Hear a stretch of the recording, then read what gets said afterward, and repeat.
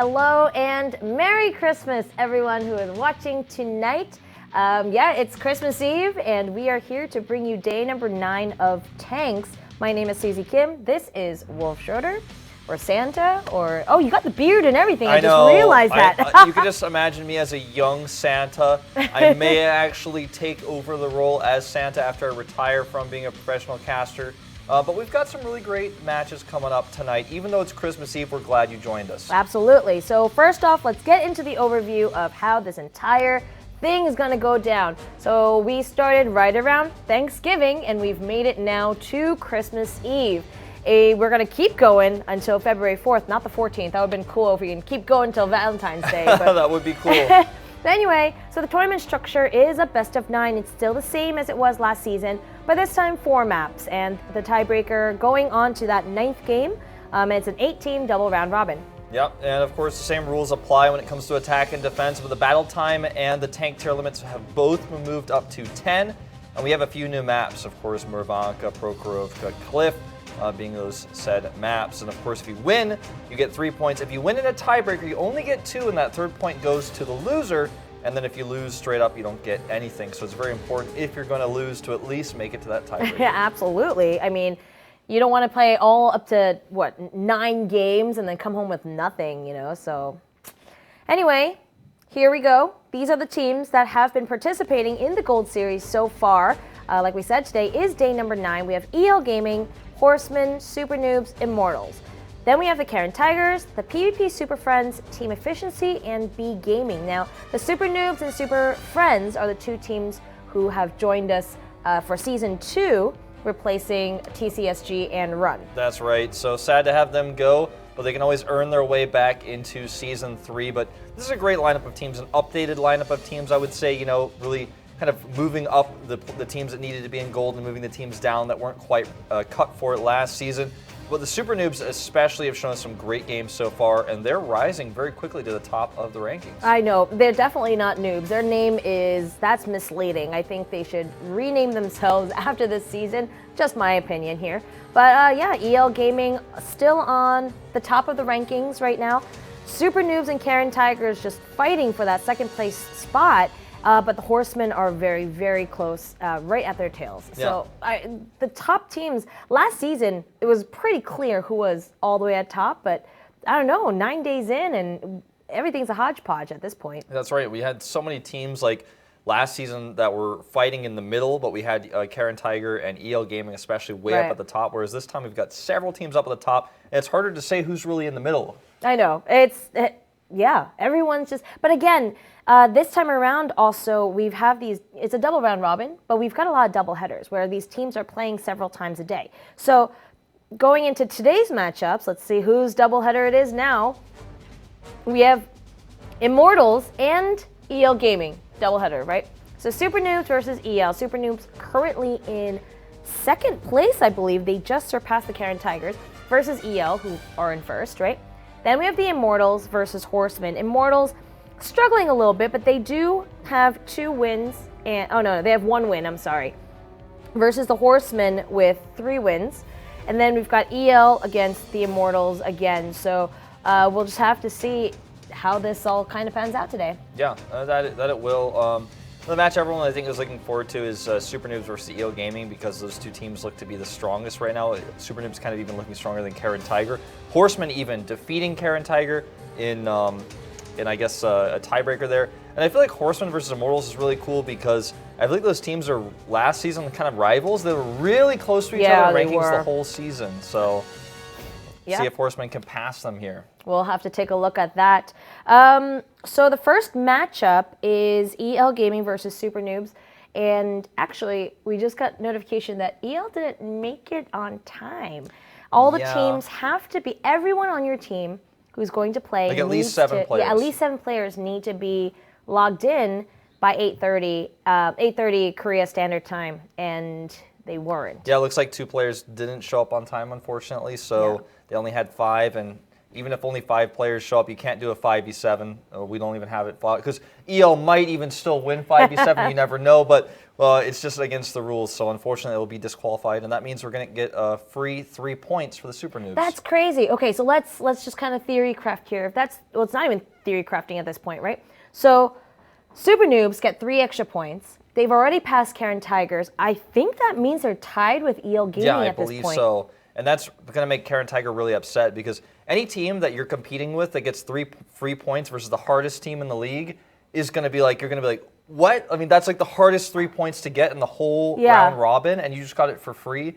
That's going to be pretty frustrating. That is, oh wow, yeah. So we have Super Noobs and EL Gaming now in tied for first. Karen Tigers then trailing. Okay, they're going to be playing some more next week, so hopefully they can catch up. But that's kind of where we're at already. All right, guys. Then I guess we will go ahead and talk about match number 2. Match number 2. What was it today? It's going to be the Immortals versus Horsemen. Right, Immortals versus Horsemen. All right. Then let's go ahead and introduce to you the Immortals. Here they are. They're probably just like, whoa, we get to play earlier today. Hey, what happened? Yeah, they're probably hoping that maybe the EL players don't show up in time for that second timer they're going to have for their third match so they can get those 3 points. But here's the roster for the Immortals. You know, we've seen this team so much already last season. This season they're looking decent as well, but maybe some other teams have passed them like Horsemen. That's what they want to prove today, that that's in fact not true. They've got players like Sun, Hades, Ningo, Reaper, the Catan, Unreal Rogue playing a bit more this season instead of being kind of the overseer, and Tom Hager and Rap coming in kind of as like a duo. We see them often on the Tier 9 mediums. Yes, and oh, the memes we can make with Rap. I mean, but yeah, you're right. Tom Hager and Rap just hanging out most of the time. I have to say, they're not as strong as they were last season. I don't feel that the same amount of agree, yeah. From them, I suppose. Then we have the Horsemen, who are also right, I think like 3rd, 4th place last season? Yeah, they were like right hovering around 3rd place, just above B Gaming, I believe. But taking a look at this lineup, I mean, they have a few new members, Dark DH Master, Name Violation, and Raven K. Dark DH Master, the player that's been showing up the most of those 3 new players. Yeah. We haven't seen Meat Bun that much, though, which is kind of sad. I mean, in a recent interview with Horsemen, we saw that Dark DH Master really good on those Tier 10 tanks. Like, he knows them quite well, and so I think that he was a very good addition to this team. They did lose that, like we said, they lost Flying Unicorn. Yeah. There's a couple members that are missing here, but yeah, great addition, and absolutely still keeping them in the game. Macedonia, Tommy, Faluso, you know, those guys that we saw last season, the guys that continue to be consistent players for Horsemen have really stepped it up. I feel like what we're seeing from Horsemen this season is an improved lineup, an improved team, you know, a team that really wants to get to the top and show that, you know, we are just as good as those top teams that we saw last season, Karen Tiger and EL. Okay, so it looks like the maps have been picked, and we're going to go ahead onto Himmelsdorf first, then Murovanka, Cliff, and then Mines.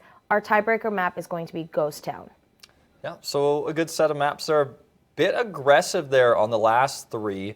Himmelsdorf is going to be the slower start of things, so that might give us a kind of scale as to where these teams are at, kind of testing the waters in those first 2 games. But going to Murovanka, map that tends to be very aggressive, then Cliff, the most aggressive map in the pool currently, and then Mines even starts off a bit flashy and fiery at the beginning. So I realized Murovanka and Cliff are the 2 that we haven't seen all that much, so it'll be kind of exciting to get all the the game started on those 2 maps here. Yeah, so we're just kind of waiting for everyone to kind of get ready now. I'm sure they're probably flustered too because they weren't supposed to play for another hour or 2. Yeah, so they had to get ready a lot faster than they would have originally anticipated, but. You know, going into these maps, they already have their strategies prepared. They know what they want to do, and it's time to see if they can do it. They, execute those plans that they made for today's matches. All right, and I think we are ready to go. So let's get into set number 1.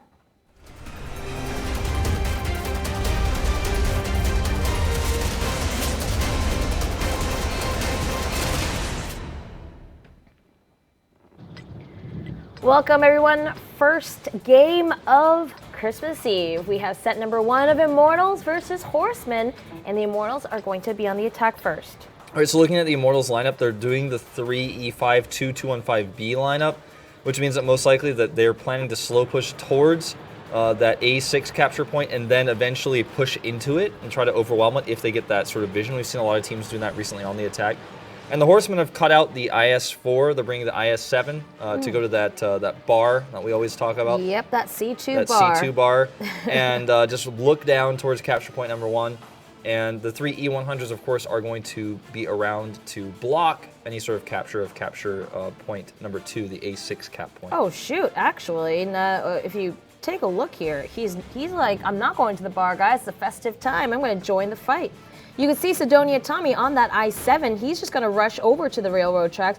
Catan definitely feels it out. He's like, wait a second, there's something definitely wrong and different here. And you guys can see on this aerial view, it's a very nice view of the town. Yeah, it's actually like, this is great observing we're seeing right now. You guys can see that it looks like the Horsemen have almost read what the Immortals wanted to do from the start. The Catan takes a massive chunk of damage. He survives and burns a little bit. It looks like he finally got that fire extinguisher off. He's down to 11 hit points. He's still alive, though. He's definitely able to pull back and join the rest of his team so that he doesn't get killed. As long as, Spencer wow. with a snipe. Never mind. That was the wrong place for him to be. Sidonia Tommy is going to hide behind this rubble here. Always vulnerable, though, to the castle point, which is exactly where that autoloader, Sun, in this case on the 50B, is going to chip away at it. Yes, he sure is. Sun just going to go ahead and unleash all the rounds he's got. And now he's got to sit there, look pretty, and reload. While right now, over at the railroad side, Sirius is getting seriously hurt. I can't believe, that was probably like the largest critical hit I think I've ever seen. That was 2295. That was an insane. What was that? And I think it's just because of the way that he got hit from that angle to the right side.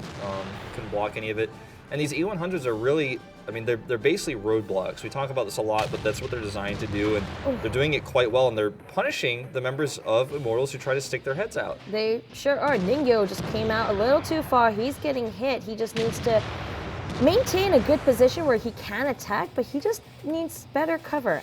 I'm not sure how he's going to be able to do this, especially with Archon and Faluso just like right in front of him. Now, I worry about the Horsemen overextending here because they do have such a huge lead, but they don't need to push in. I like that Spencer is going to go scout because even though the map doesn't really show it right now, it does show it here. He's got a lot of coverage here, so he's not like getting out into vulnerable territory. If Hades chases him, he can bait him back into more support fire, and I think that's what we're going to see here. Let's see, Spencer's actually just going to 1v1 him. Where's the support? There's a support. It's coming from the sides right now. Hades got hit for over 1,000. Spencer does go down. Hades kills him, but Hades is hurting. 161 HP left on this guy. Gorilla can kill him with one well-placed shot. He doesn't have a shot right now. I was a mistake by Spencer. He missed one of his shots. If he had hit his actual second-to-last shot, he would have killed him there, and the Sirius would have died, and he would still be alive. Or rather, Hades would have been dead.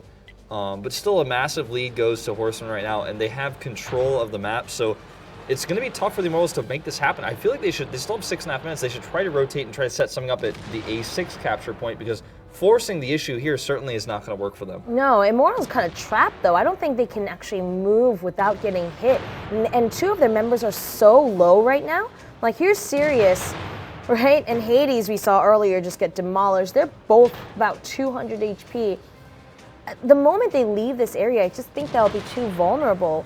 But at the same time, sitting here is really not doing them any favors either. Yeah, and it looks like the Horsemen are actually now, they're content to actually push forward and try to finish some of these tanks off. And with the three E100s leading this battle, I think they can do it. They still need to be careful. Colin is really overextending, and he will pay the price, but Gorilla and Sidonia and Tommy are coming down.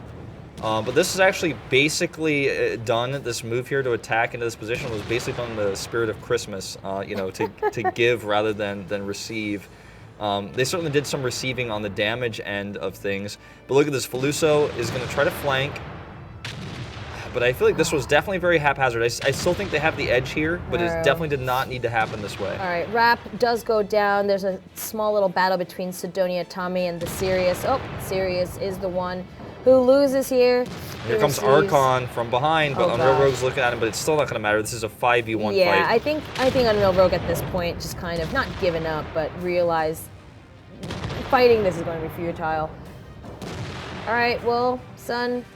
He's got, I think he's got like 1 round left, and Hades is basically dead. Now this is actually like I don't normally like to say this when it's like a 2v4, basically a 1.1v4 fight. But this is still potentially winnable if Sun hits like every shot perfectly. There's still a lot of time left, but it's pretty unlikely. Yeah. Well, Faluso goes ahead and finishes that off. Sun. He's up and loaded. He's up and loaded. Okay, so that's 1. He has to hit every shot perfectly, and he needs to do it fast before the tanks group up like this. Like this, yep. And he's not going to be able to get off another shot. I don't think he's getting focus fire down. Yeah. He's out of rounds anyways. Gorilla will finish him off. Go for it. And that is going to be it for game number 1. Well, Gorilla, take the shot. Come on. There we go. Horsemen go ahead and win game number 1. Gorilla's always teasing, like he's like the last guy left, and he just stays behind and doesn't surrender. And then when it's like he wants to kill the last guy who's left, the guy's just sitting there waiting for him to kill him, and he's like, nah, I'll just let you sit there for a while. I'm just gonna wait a little bit. I just want you to realize how helpless you are in this moment. That's so terrible. What a troll, man. He's showing some more personality this season, that's for sure. Definitely. All right, so that was a weird game. I want to say unexpected. Yeah, well, I feel like the Horsemen, their attack path was, or rather their defense like maneuver was just not expected by me. But I guess like they expected what the Immortals were going to do because they sent all their tanks to the west, which is not a normal thing to do on this map. And nor is it for the attacking side to send all the tanks to the west. So it was like they just kind of knew what was going to happen and directly countered it. Maybe just they studied a lot of the Immortals games, or got some tip from somebody. It's like, I think the Immortals, like I've seen them play on the ladder. They're always going to the west. Maybe just try that strategy versus them on your 1 game on defense on Himmelsdorf, because the game does get that simple now that we have 4 maps. Like when you're on defense, you have 1 strategy, 1 plan. You don't have to think about multiple strategies. It's like you play your 1 game and that's it. Then you go to attack. So you don't have to like think about 3 different defense strategies you might want to use on Himmelsdorf. You only think about 1. That 1 strategy, and it worked out, obviously, at this point. So, all right, so now we're going to switch sides. We're going to watch the Horsemen go ahead on the attack on Himmelsdorf. You think the Immortals are prepared for that? Well, we'll see. I mean, I really can't judge too much from that last game because the Horsemen played very aggressively. Even though they had a massive lead, they almost threw it away. So I feel like they're really looking at this match feeling very confident, but maybe the Immortals can turn it around. We have seen big upsets on Himmelsdorf specifically from even team efficiency, like took games off EL Gaming. And I was like, what are we watching here? Like, what's happening? That's very true. The Super Friends also beat the Super Noobs on this map, and we were like, this is not what I expected to see, but this map has had some crazy upsets recently. That's a lot of different strategies used on this map. It's a map maybe that's why it keeps getting chosen. Everyone chooses this map all the time. It's probably the most picked map, it's always either game 1 or game 2 is on Himmelsdorf. We've had like 1 or 2 matches this season that didn't have any Himmelsdorf at all. Like so rare. So rare. Really strange. Okay. Looks like both teams are pretty much locked and loaded. Horsemen are at least, and we're waiting on 1 more member of Immortals. Looks like Rap needs to reconnect. There he goes. He just jumped in. I saw him lock in. Yay! That means actually, a few more members of the Immortals will have to reconnect, in fact, because I looked at it and I saw there were 7 members in the list, but 4 of those members were actually the observers. So, it's getting everybody back in here. But anyways, Merry Christmas. Like you mentioned earlier, it is Christmas Eve here in Korea. It is. If you're watching like in America or something, it's like not even Christmas Eve yet necessarily for you. No, it's still Christmas Eve, as in the day before Christmas, I guess. Just not like the night of. Because it's like morning in North America, right? Yeah, so it's like. It's still Christmas Eve. It's still Christmas Eve technically, but I hope everyone's having a good holiday. I'm glad that you guys chose to come and join us on your holiday. You got some time off and you're spending it with us, and that makes us feel really good. Hopefully you're eating some good food while you're watching this, because I'm a little hungry. I could live vicariously through you guys. I had some leftover food from a Christmas party for lunch today, and that was great. So I love that Christmas food. It's that time of year. With the ham and the mashed potatoes. Oh, so good. All right, speaking of ham and mashed potatoes, we'll go into the next game.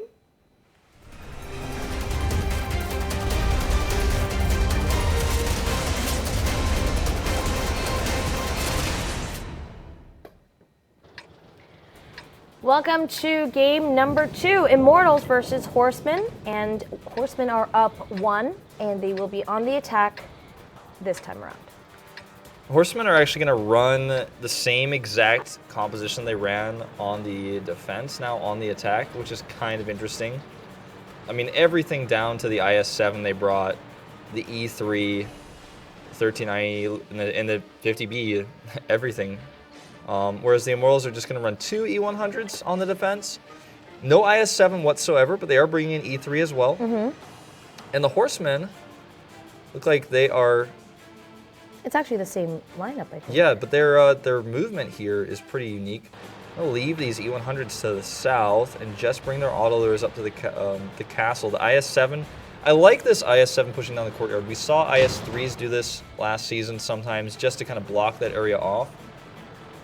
And I'm really curious about these E100s below the castle. It's almost like they're going to try to rush them up in a minute, and they're going to bully their way towards that A6. Yeah, Hades going to go ahead and take a shot, but at that point, Colin is already well hidden behind this rundown house. Yeah, this is interesting. We've got Hades. Just that was the spot that the IS-7 was in last time, right? Yeah, you're right.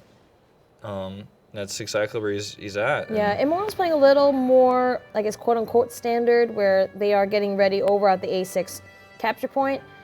They're just kind of sitting there wondering, you know, when the Horsemen are going to show, as opposed to everyone being on the railroad side this time around. Yeah, the 2 15Bs are at the northern courtyard road. As you can see, Rappa and Catan in this case.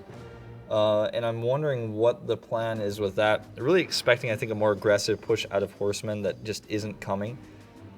The E3 being at the A6 cap is really nice. And ooh, look at that shot. Gorilla, good shot.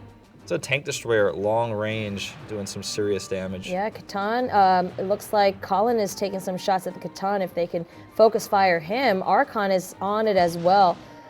This is why I was a bit concerned about this 2 15Bs being in the northern courtyard, because they would be great at stopping a more aggressive push by ground, but the higher ground defense is, or it's the attacking tanks, but they're kind of defensively zoning this area. It makes them very vulnerable, and already some big picks here for Horsemen of damage.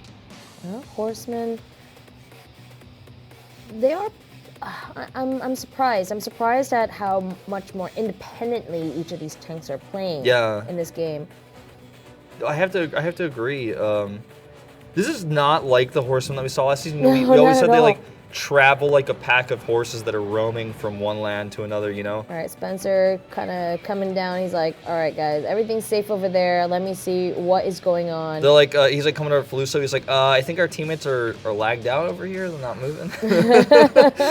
Oh, I hope not. I really hope not. No, I don't think that's what's happening. I think they're trying to keep what they're doing a secret. And so they're just simply being off of the map. And so the Immortals are like, wait, which way are they pushing? But in fact, they're not pushing at all. That's interesting. Hades is going to run down the railroad track. Yeah, at this point, like, they just don't know where the Horsemen are. They know that there were a couple tanks up on the castle. They know that, but so far, so quiet. Yeah, their patience is really being tested here. The Immortals' patience is being tested. All right, now these E100s are finally going to make their move. They've reconnected. They were actually finishing up their mashed potatoes and they were like, all right, here's a plan. When we were on the attack, like, we got to finish these mashed potatoes, so we're going to stay around the castle side. No one's going to find us there. And when we're done eating, we'll come and join you guys. They changed the format to 10 minutes. It's going to be fine. I don't blame them. I would love some mashed potatoes right now. Anyway. So the 3 E100s are now in the south area. And only Spencer is really anywhere close to the A6 cap. I think he's trying to bait some of these tanks out, and then he's going to have the support of that E3. Oh, the Sixth Sense have gone off. Oh, that was a good shot by Sirius. Very good aim. A move like this can be somewhat questionable, right? Like, every time you play on this map, there will be one guy, at least, whose job, either in an E100 or an IS-4, is to sit there and look down that pathway. That's like his whole job for the whole 10 minutes. If you peek, he will see you and he will shoot you. That's like his job. He's like paid $12 an hour to sit there, okay? Like, that's his job. Like, get my big brothers, where are the E100s? Come and help me, guys. I'm out of here. And here they come, though. But they know he's sitting in there now, so. They're going to try to overwhelm him. We've seen this a lot recently, but This time it's not just an E100, it's got an E3 backing it up, and 215B is not far away. So he needs to make sure he angles perfectly. Look at this, he's angling at a 45-degree angle as he backs up just in case he's in line of fire here. And he's not, so he knows he might be able to move forward a little bit more, but he's again going to take that perfect angle. Oh, Ningyo is in... Oh, who is he shooting at? I can't even... It looks like it might be Gorilla who's moved down. Oh, beautifully done. Both tanks are going to connect with the Sirius. Sirius is seriously hurt. Yep, wait, that happened last game too. I'm like, I remember that pun from last game, and it's happening again. He's exposing himself again because Gorilla has got a sniper rifle pointed at him right now, metaphorically speaking, with that tank destroyer. Now this is a huge win. Now with all this damage done, I feel like they could really just force their way in here, but instead they're going to rotate back a little bit more. Keep Sirius on his toes. He's like, I'm so scared. But you know what? At this point, if he just shows a little bit more, Gorilla may be able to go ahead and finish off the job from the upper part by the castle. There goes Sirius. He actually just gets killed again. I'm actually incredibly impressed with Nun's accuracy. Yeah, on the E100 nonetheless, and he's also attacking into a position where tanks are looking at him, and he's still able to get the shot first. His reflexes even, I would even say more than accuracy, are really impressive. And these tanks are all trapped now in the A6 capture point, and it looks like what Horsemen's plan is to just, in the next 3.5 minutes, go and clean them up. And whether that means they kill the tanks on the railroad side and then surround the tanks on capture point 2, or kill the tanks on the railroad side and capture the railroad side cap, they have choices, they have options right now. Oh, there goes Ningyo. Gorilla is just going to be a menace from that high ground over on the castle. He's just done so much damage. Yes. Yes, he has. I mean, basically none of the tanks on Horseman's side are even below half health at this point. Like maybe Spencer. Maybe Spencer. Yeah, Spencer's just below half. Yeah, but on the 1390, you got to forgive him on that, right? Wow, Rap is going to take another shot from Gorilla. Gorilla's doing an incredible job. Catan goes down. This is just going to be that cleanup I was talking about there. It's surround, conquer, destroy, and they've got 2 minutes and 45 seconds to kill the last 4 tanks, and I think they should have no problem doing so. Base capture is started here just simply because they're in it while they're destroying Rap. Yes, and as long as they focus fire, Rap is down. It looks like Unreal Rogue is going to be the next target. Gorilla will come down and see if he can help out with this surround. He's going to flank him from that. They're actually going to have 3 tanks in capture point number 1, it looks like, in a second, and 1 tank in capture point number 2. I mean, this is just... It's an unwinnable situation for the Immortals. They don't even know what to say. Like, there's never been a more won game than the one we're watching right now. Yes, like I said, Gorilla just going to come around and see if he can do damage from behind. None is reloaded, and one more shot. Oh, it was actually... It's a base capture race, like which base capture point could be captured first. Hades is like number 1. Hades is on base side 2 side. He's trying to like slow this down so the base 2 wins. Come on, Hades. Oh, he did it. He did it. Oh, this is actually just so sad. That was an interesting drive-by, if I've ever seen one. But Hades is now done. Base 2 is the one's going to win. It's in the lead. I can't believe they have 3 tanks on each base, but it doesn't even matter because... They basically won every single way you could win in that game. Base capture point number 2 is at 1 second left. The second one had 3 tanks in it, and they won by elimination. Like, they won all... They should actually get, like, 2 more wins for that. We should be at a 4-0 score. Like, that was... They won all 3 ways. I kind of... if they had, like, achievements or stuff, that should have been an achievement unlocked right there. Because that's pretty impressive.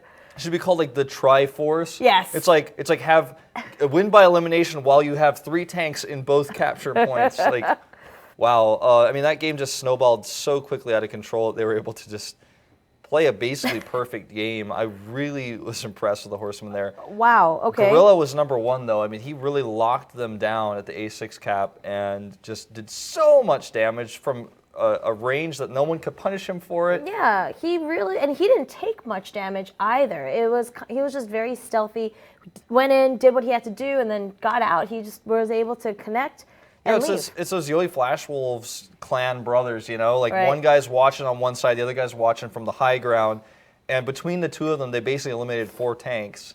The rest of the 3 tanks, the 215Bs, were taking damage from Gorilla earlier from the high ground. Like, those 2 players, like, won the game. Spencer did, like, a peek at one point and took some damage. And then the rest of the tanks just slowly kind of moved into the railroad side capture, while literally 2 tanks for Horsemen won the game. That was pretty... well played by the rest of them for being able to maintain, letting those 2 tanks really take the MVP spot and, you know... It was an impressive game, nonetheless, by Horsemen. But now we're moving into Murovanka, so we're going into another map that could be a bit more aggressive in terms of the way that the map goes and the way the fights go. It's much less position-based. It's much less looking down corridors and focus firing and making sure that your rotations are good. On Himmelsdorf, rotations are very difficult. And what I mean by rotations is if like you have tanks set on one side of the map, they need to get to the other side. On a map like Himmelsdorf, it's very difficult because there's a ton of roads that are blocked by tanks, or by like line of sight from tanks, or just simply by the roads and the buildings themselves. It takes a long time for those slow, heavy tanks to get across the map, whereas on Murovanka, there are a bunch of houses and some narrow streets, but you can still just kind of drive across the grass to where you need to go. Yeah, but at the same time, right, that leaves you open. That leaves you very vulnerable to get hit. So it really depends on what kind of strategy that these teams want to do and how they're going to execute these rotations. And how much control you have, you know? Like you're saying, it's very difficult to just drive across the terrain without hiding in the houses because you're vulnerable. But if you know you've picked off 2 tanks, or you know exactly where the tanks are because your T-54 lightweight or your 1390s are really locking down where everybody is, you know you're safe to take that shortcut. It's all about communication and vision, really, and awareness. Yeah, so I guess on a map like this, then we'll be able to see a couple more Object 140s will probably be... Yeah, that'll be the big one. We have seen a few tanks, or a few teams roll that 430 Object tank, but still not sure about that one yet. I'm not convinced on that one. I mean, they'll do it because it's a lower to the ground, it's a flatter tank, right? Yeah. And it's good for capping bases, but if you're just going to go in and, you know, brawl and blow up your opponent, then I don't see why. I don't know. I'm not convinced. Well, looks like the game is just about ready. It looks that way, Wolf. I think we're going to go ahead into game number 3.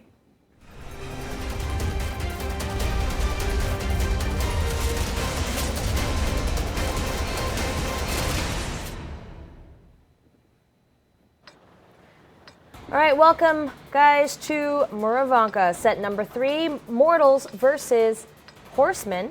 Horsemen went ahead and took 2 pretty convincing wins, and they're going to be on the attack first on this map. So as you predicted, Object 140s are the dominant force here. We see 3 for the Immortals, 2 for Horsemen. They actually brought a bat shot instead of the third. And we are going to see both teams bring that 1 STB. It used to be kind of like, do you bring 1 or do you bring 2? But I think we've kind of standardized it down to every team usually brings 1 STB. And we're going to have 2 E5s apiece. The T-54 lightweight is going to be on the side of the Immortals, and for the Horsemen, they are going to bring that 1390. And a big push here for the Immortals, actually, on the defense. This is interesting. On the offensive, they're going to just carry on as a big team, big group fight. Everyone kind of moving together. Looks like they might want to just get a pick off early on, and if they actually all continue to push, they will catch 2 tanks alone. 1 tank somewhat nearby to support the bat shot, that is. Gorilla has rejoined the fight, so it's going to be kind of a 7v3 here if they really force the issue. I think they are going to force the issue. Katan is not stopping for anything. He's in range right now to go ahead and take shots, but you know what? He's the first one to take damage, and they're going to have to be really careful. I feel like it should have been the STB that was leading the charge, not Katan on a 140 here. Feluso also did not miss a shot from long range. Oh, wow. Yep. The bat shot's going to have to be careful. If he wants to do damage, he can't be taking damage, that's for sure. Yeah, if Hades kills him here, it'd be a huge upset to have a T-54 lightweight kill a bat shot 1v1. It has happened before, and it looks like it will happen again.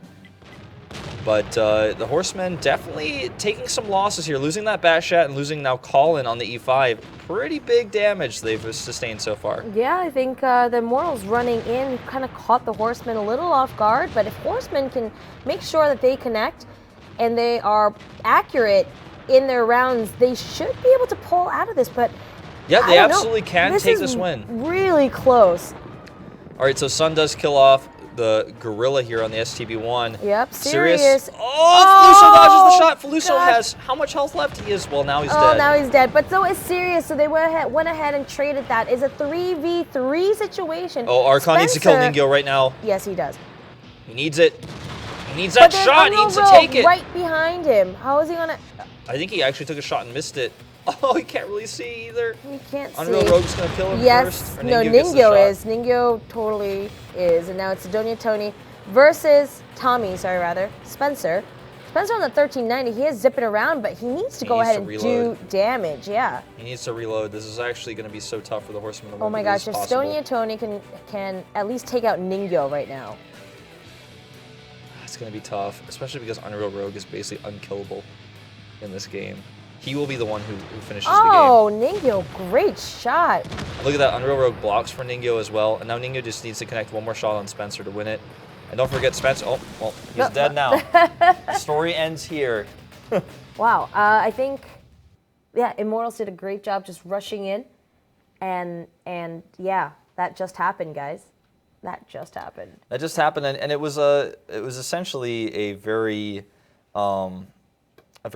Blitzkrieg-esque like surprise attack move. Especially because they're on the defense, right? Yeah. The Immortals are on the defense, and they're the ones who are going to go in and attack, and they really just caught the Horsemen off guard.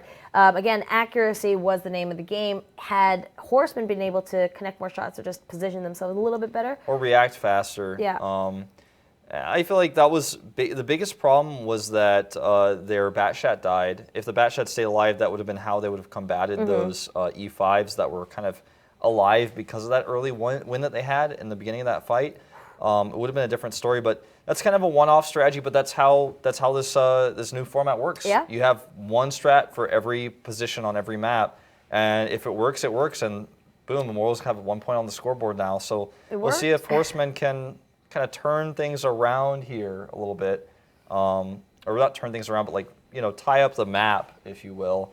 Because that was kind of an unfortunate loss for them that I feel like didn't really need to happen. Okay, Horsemen are going to make a roster change. Sidonia Tommy is coming down. They're going to put in Dark DH Master, and he's going to go ahead and join the rest of the team. And yeah, looks like most of their tanks are pretty similar from last game. Obviously, Immortals, they were able to attack with their lineup, so they're probably just going to keep everything the same as it is.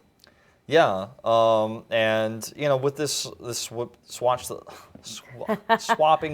up the lineup, we'll see if the Dark DH Master can really pull something off here. He usually is the guy on the autoloader or on the tier 8 tank, the filler tank, or sometimes those roles are the same if you're playing a 1390, which I think he probably will be on here.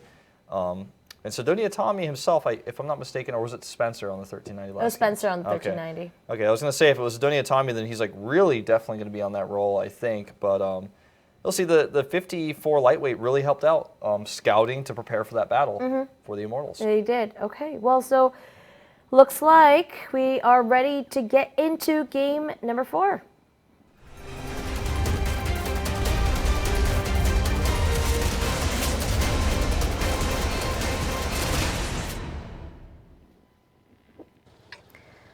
Welcome back to Murovanka, everyone. This is Immortals versus Horsemen, set number 4. Immortals did manage to take a game with a surprise ambush attack, but Horsemen are still up 2 games. Immortals will go ahead on the attack this time.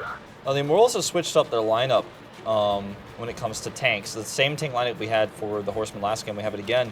But the Immortals learned a lot from what they saw from the Object 140s of the Horsemen last game. Even though they won, they were like, wow, that tank is just much more accurate than the STB at range. And so they switched out their STB for a third 140, and they switched their other Object 140 out, if you will, for another Batshot. So it's going to be a Batshot versus a Batshot. So the lineups are much more similar here. The only difference between these two lineups really is going to be the STB versus the third Object 140. And obviously, again, the Immortals stylistically picking the T-34 lightweight versus Spencer picking the 1390. Okay. Well, it's definitely looking a little bit different from the last game. Immortals, they are rushing south again. Yeah, and they could actually do kind of like almost like pincer-like attack here from the south. As you can see, though, the Horsemen do have quite a bit of vision across the map, even at long range. They do. And Sirius and Sun, he's going to head out. But Sirius moving by himself so forward, I'm not sure if that's a really good idea at this point because he is so wide open. And remember, that Batshot glass cannon, man, does a lot of damage, but can take a lot of damage. Yeah. I would have been more content with just Sun alone here. Looks like they're trying to snipe Spencer, but not going to be successful so far. Already Unreal Rogue and Hades both taking just a little bit of damage. But, I mean, it's minimal right now. Everyone's just kind of... Just scratching off the paint, you know. Oh, you see a lightning bolt in the background? Cool. Stormy. That's how they all feel right now. Stormy. It looks a bit warmer in Murovanka than it is here in Seoul right now. Hey, to be fair, like it was above 5 degrees Celsius today. And yesterday it was like 10. I was actually like, whoa, it's kind of hot. I was like sweating, like in a shorts and stuff. Well, this is a very much like confusing game for the Horsemen. I feel like again they're like, oh, you guys came all the way around. This is not the plan that we had, so we have to kind of reevaluate things. Look at the spread on the Immortals side right now. They are just all over and seeing if they can find an easy target and to focus fire on them. But yeah, they are all over this map. They're what, ranging from like F6 down to K6, just like all throughout. Yeah. Well, I worry for the Immortals because they haven't gained much ground here. And even though it surprised the Horsemen, they were like, okay, this is weird, but this is also not that good for you guys. Like, we're in a pretty safe position here. And now that we figured out what you're doing, we just need to make sure you figure out what you do next. Right. And that's the scary thing for a team on the attack is when they have a plan and it goes wrong, the rotation time, like how well is the rotation executed? And they are rotating back up now to the north, and they're probably going to have to go straight through the village, which is pretty heavily guarded, or take the really long way around, which will eat a lot of their clock away. Right. I mean, 6 minutes and 45 seconds. They still do have a bit of time right now that they can go ahead and change up their strategy, move to a different position on the map. But the way, I don't know, Horsemen, again, very, a lot more patient this time around. Ooh, there's none on the Batshot. He's could have gotten hit. And it does eat a little bit of damage there, but moves away quickly. This is a good maneuver by the Immortals to try to pick that tank off, because they can kind of cut him off here. Yeah, Ningyo needs to be careful. There's Gorilla. They're trying to focus down at least one of these two tanks. But so far, no tanks have been lost. There are no casualties yet. 6 minutes on the clock. Yeah, pretty massive lead goes to the Horsemen, though. And still, not a lot of ground gained yet for the Immortals. And they didn't grab the Batshot. They didn't kill none. And he was the most vulnerable target they had. Oh, gosh. That just missed Dark DH Master. Who's just running an Object 140, by the way. He's just kind of filling in the middle of things. You know what? I'm gonna attest to possibly like a network issue. Yeah. They just wanted to make sure that we've been seeing that a lot. People switch out just because of network issues. Yeah, and I mean that's good. That's a good strategy. You definitely want good connection to play. I mean that's definitely one of the most important things. Most important reasons why you pick someone on your B team, basically. All right. So all right, an entire minute has gone by with not Not a single shot connecting, but again, this is why I worry for the Immortals because they haven't been able to get much of a positional advantage. Finally, now the Sirius and Hades, skipping on the edge of the out-of-bounds line here, are going to try to come around and find some damage, but they've exposed themselves now. Archon is looking back. He's protecting Gorilla and Dark DH Master against a flank like this. And I feel like at this point, the tanks to the south, the Object 140 and the 1390, can actually just come up to protect. They can just let that base capture 2 go for now. Gorilla needs to be careful. They're getting focused down right now. They're outgunned, and the rest of the team needs to come up. They need to come up. They're actually just going to give 2 tanks away for free if they don't. Oh gosh, Archon. They do need to come up. I think his treads are damaged actually as well. Oh yeah. All right, well, Immortals, that was a really good trade. Now they're going to be able to sit in this base capture. The base capture is already down to 37 seconds. I really think it's time to let, I think it's the Catan to the south. I think it's time to let him go. You know, he cannot capture that base by himself. This is the more important location right here, right now. Yeah, everyone needs to come up here. Looks like Spencer might kill the Catan instead, but I mean, that would be a small victory, though, all things considered. Look at this. Colin is going, into such a risky position. What are you doing by yourself? Can't agree with he's this literally move. in here with three tanks at it. There's like 3 turrets facing straight at him. He's going to go down so fast. Yes, he does go ahead and kill the Catan, but I mean, I don't think that was a worthy trade. Well, he kills Unreal Rogue here. Catan died to... Interesting. Okay, so now, Wow. Right, but at the same time, again, this battle, it looked like it was going well for the Immortals side, but actually, the Horsemen somehow, did everyone else join the fight? Well, they had such a huge lead already. This is like kind of like in game 1. Remember when Horsemen had a huge lead and they kind of made bad moves but still won? We're seeing kind of something similar to that right now. Beluso will kill Ningyo here, and then Dark DH Master is going to fall. And this is a bit scary because this could still end up being a win for the Immortals. It could be. It never should have been, but it could still be. Spencer needs to be really accurate right now with his new reloaded rounds. Yes. So he's going to take shots at Rap, try to ram into him any way to do damage. Spencer, he needs to get that last round connected. Now Feluso needs another shot. Yep. Spencer has to hit this round. He got this. Oh, he has missed. to hit. He has to hit. He missed it, and there we go. That's one. Sun is the last one standing. Sun can still technically win. It's going to be tough because he has to kill Spencer before Spencer's reloaded. Oh he can my still do gosh. that. This could happen. This could actually happen. Spencer is on a faster tank, though. Oh, this is not the right move, Sun. This is not the right move to Sun base like capture. I said, though, Spencer's on a faster tank. There's no way Sun is going to be able to catch him. Well, if he lets him go, though, you're right. If he lets him go, though, it's basically surrendering. All Spencer has to do with his next 6 rounds is delay it. Or kill, because 2 rounds will kill Sun. I don't think 1 will unless he penetrates and really he well. is reloaded. That is 6 rounds. All right, What can you do with it, Spencer? This is like a shootout right now. And Sun is not looking the correct direction. You can see his crosshair is aimed the wrong way. I think it'll take 2 shots to do it. Sun has like 1 chance. Oh my gosh, Spencer. Spencer also doesn't have a visual on him either because he's in that bush. Now he sees him. He sees him. All right, Spencer needs to connect both. Perfect. The next one. One more. Yes. And Spencer does it. That was beautiful. It was the tier 8 that was left at the end and takes the kill. Oh, wow. This is why we're seeing less and less T-54s as the tier 8 because the damage of the 1390 is just so good. Yeah. And the 1390 is also pretty quick, so it's okay to sacrifice the speed of the T-54 when your tank is almost as quick and also can just do so much more damage and can win games for you. It's like the tank that we saw, the 12-ton. You remember the 12-ton, right? Yeah. The autoloader last season, the tier 6. That's the kind of tank you sometimes wanted to fight with at the end and run away with and hide with because it was small. You could win games on the defense with our 7-minute timer. You could sometimes kill tanks. You could kill like a heavy tank if it was really low and you outmaneuvered it. And that's the 1390 now? Yeah, I think the 1390 is kind of filling that role, and I think we are going to see less T-54s. I thought T-54 was going to be the way at the beginning of the season because I was like, it's so good for scouting, gives you so much information. But the more I watch these games, the more I realize that I think the 1390 is almost always going to be better. Than the lightweights, yeah. I personally think so. Okay. So it looks like we're going to go on to Cliff, another map where we may see just brawls and faster games.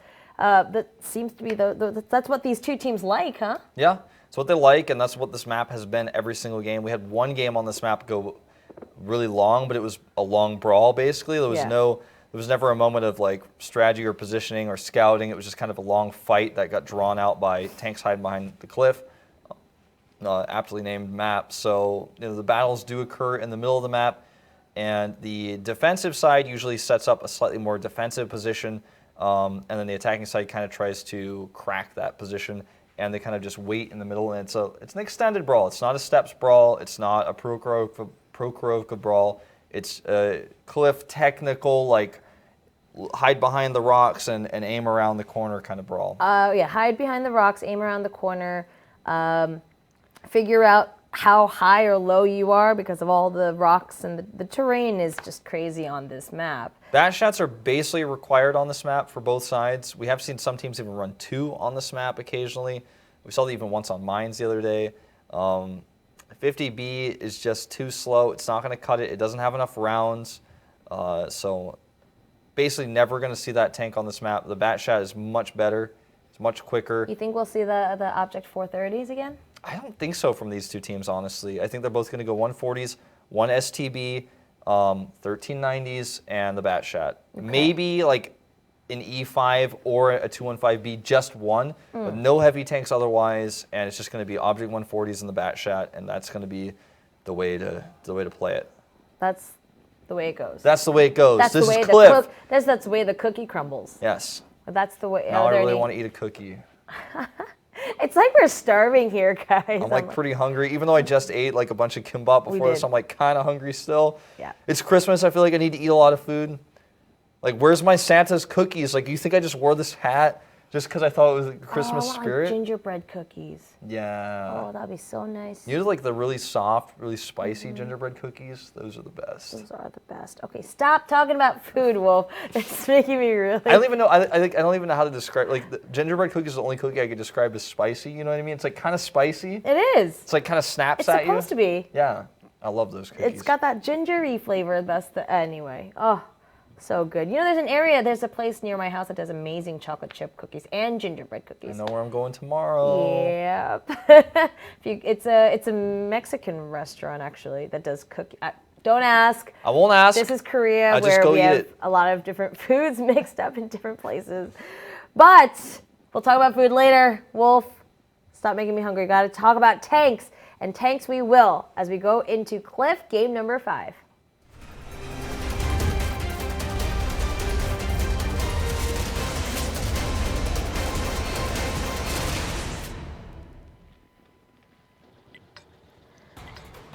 Welcome, guys. This is set number 5, Immortals versus Horsemen, and Horsemen are up 3 games. Immortals do have 1, and they're going to be on the attack first. All right, let's take a look at these lineups. 2 STBs who broke the rules of the Immortals. I just said earlier that people weren't sure if you should bring 1 or 2, and now you brought 2. You broke the rules. Now you're cursed. But they are going to bring only 140s, Batshats, and STBs. 2 254 mediums instead of the 1390, and we do see an RU-251, which is pretty popular on the defense side on this map because you need to get there a little bit faster to find out what's going on. In this case, it's actually going to go to the west, which is, I guess, just in case the Immortals did a crazy weird push, because they have done that already several times on both Himmelsdorf and on Murovanka. That is crazy. Yeah, we have 6 senses going off all over the Horseman side here, and they're just going to go ahead and meet. The Batshat has pulled away from the pack. He's going to see if he could do damage. There's the Sirius from behind. If he can get some good views from back there. But already the brawl has begun. Okay. This is actually a pretty scary situation for the Horsemen. They need to make sure they do not cross the line. This area right here with those trees, and there's almost like a little Y-shaped path in the middle, that's like the no man's land of this map. If you go in there, you are a dead tank. It's just how it works. Sometimes this map like goes to like the countdown goes like 6 minutes, and one team just goes around the corner and dies. I'm like, why'd you guys do that? I know. Why'd you do that? Like that's how you lose. Run. Kamikaze, that's like, man. That's like the recipe for disaster is like step 1, go around the corner. Step 2, die. Step 3, go to the next game. That's how it works. Don't tell them that. Oh gosh. The Sirius is taking names, man. He's like, I see you back there. He's probably gonna take another shot too because he needs to reload anyways. Well, here's the thing, Spencer. Even though he's on this tiny RU-251, he's able to see him. Yep, Sirius was able to see him behind that rock. He's the Spencer's the first one. He's on the naughty list. Yep. Gotta be on the nice list. Yeah, you do. Otherwise, you're gonna get. I'm checking it twice. Okay. I'm gonna find out who's naughty or nice. I think we already know. I think we know. I think Spencer was on the naughty list. I have like eyes in the back of my head. I can like touch my nose with my finger, and then Spencer blows up. So that's how it is. Some Santas use that to go up the chimney. I use that to blow up tanks. So a bit of a tough spot here for the Horsemen now. I mean, they are on the defense, so they have the clock on their side. But when it comes to tanks surviving and damage done, the Immortals are massively ahead in that regard. I think so. Right now, Horseman does not look good. Gorilla's kind of stuck here in this position. the moment he peeps out, I think he's just going to get blown up. Hades, Rap, and Ningyo, they're just going to make that push up into... They're going to come around the corner where you told them that they shouldn't be going. Yeah, but they have such a tank lead that might work. This is the best moment for Horsemen, though. It's their best opportunity. It is the best opportunity, and there's Gorilla. He's going to be in that position, up in the trees. Gotta take those shots. Oh, this is such a good position for Horsemen, but they're so outgunned. Okay, Rap does go down, though. That is 1 for their... That's 2. The problem is that their STB is just doing so much. The Catan up there is out of control. Like, he's up there just killing people one by one. Archon's next on the menu. Oh, he's actually going for none instead. This is still a winnable game for the Horsemen, technically. I don't think so. No, at this point, they are at such a tank deficit. But it's going to be basically impossible. But, I mean, if there were a line of mistakes made by the Immortals, they already made their huge mistake going around the corner. No, like you said, I didn't realize when they went around, they did have the tanks to spare. It was... Unreal Rogue's going to die here. In a way, a good push. Catan, man, you're not Santa. You're not allowed to be taking names. He's like dropping rounds down the chimney. Ningyo's right around the corner, See you later, though. none. Yeah, That's and so the is end of this Sirius. story. They're just going to go ahead and shoot him. That's it. Immortals are going to go ahead and take a win. They're going to try to close that gap, 2-3. Yeah, and well, that was pretty crazy, that game. All I can think about is Santa Claus dropping rounds. Like Catan was Santa Claus that game. He's like ho ho ho. He like kills 3 tanks. If you get an STB up there, it's almost as scary as having an autoloader up there. But I mean, the distance was not far, so he was able to get those rounds. Like the accuracy was pretty good. Yep. And it's almost as scary as having your driver be Santa Claus. Yeah, that's also scary. Or your co-commentator look like Santa Claus. That's really scary. You guys have no idea. You guys have no idea. You don't know. You don't know what it's like behind the screen. Well, I mean, now the Immortals are trying to tie things up. If they win this next game, then they will have it at a 3-3 score. Yeah, this has actually become a much closer series than I expected it to be. Considering how well the Horsemen have been performing, I thought, they'd be able to take this easily, maybe like a 5-1. The Immortals played some really smart strategies, and that's what's winning them these games. Their mechanics and their accuracy are not what's winning them these games. That's why the games that the Immortals win, the Horsemen almost come back in. Yeah. But the Immortals are just no. I think they've figured out that the Horsemen's mechanics got way better since last season, so we're going to do crazy strategies that we really know that the Horsemen do not know. And every time they do these strats, it works, and I'm pretty impressed. World of Tanks is a game where strategy is really important, but usually mechanics are more important. But if you've got these really, really unique strategies, you can beat teams that you're better than by throwing them off guard. I mean, no team is ever going to win a 4v7 battle, so if you can kill 3 tanks early on, then you basically have won the game, and you just kind of have to not screw up for the rest of the game, and you'll get that win. Okay, well, here we go. I think... we're getting all the tanks ready. We're switching sides, and that will bring the Horsemen on the attack first. Yeah. And we're going to have to see if they get to brawl again in the middle. It's going to happen. I like it. It's going to happen. Don't worry. I've seen the future. Because you're Santa. I'm like, it's a brawl.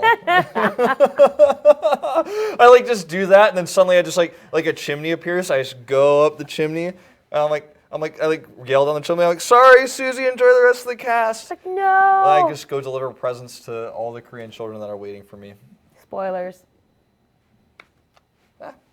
All the Santa Korean Claus children. is real. He's right here. He's right here, guys. Santa Claus actually likes to cast tanks before bringing gifts to children all around the world. See, the problem is if I left like this, if I just went up the chimney and went to deliver presents, they wouldn't know it's Santa Claus because I'm not wearing my Santa Claus vest. They'd be like, oh my God, Santa Claus is a World of Tanks commentator? And they'd really freak out. So. Oh God, okay. We're gonna go ahead into the next game.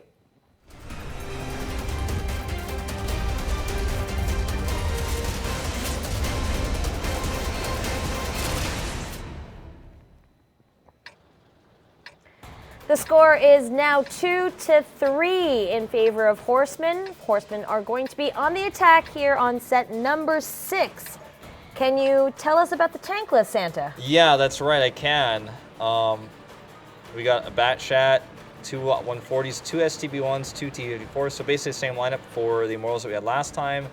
And for Horsemen, It's exactly the same as the Immortals, but an extra object 140 instead of the STB1. Yeah. Yep. Ooh. There you did it. We got the tanks listed. We got it. T54 is going to the west for Horsemen.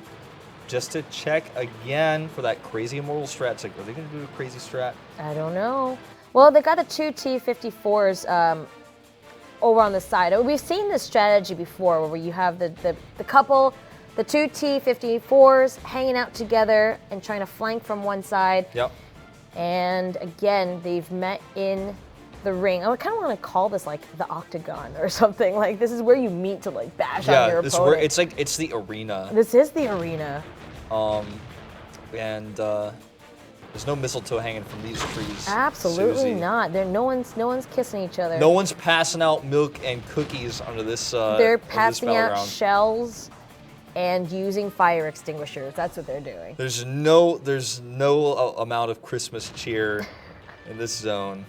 This is what we resorted to, is all this Christmas puns right now, because we're just kind of waiting on some crazy action to happen here. Well, Ningyo does take some damage. I mean, I will warn you guys about the Sirius. Right now, he's hiding on the east side like some bad eggnog that's going to catch up with you in the morning. And he's going to come around and really turn this battle around. But he needs to come soon because Horsemen are already 2K up right now in hit points, and they're definitely getting the better end of these trades. they are. Catan is down very, very low, as is Hades. They're just kind of, they're not connecting much right now. Being on the high ground in this position just doesn't seem to be good. The Sirius does come down, but he doesn't really get to do much as None takes him out, and the Batchat is out of the picture for the Immortals. Yep, and Hades is going to go down. Ooh, he survives. he Good does rotation there survive. by Sun and Ningo to protect him.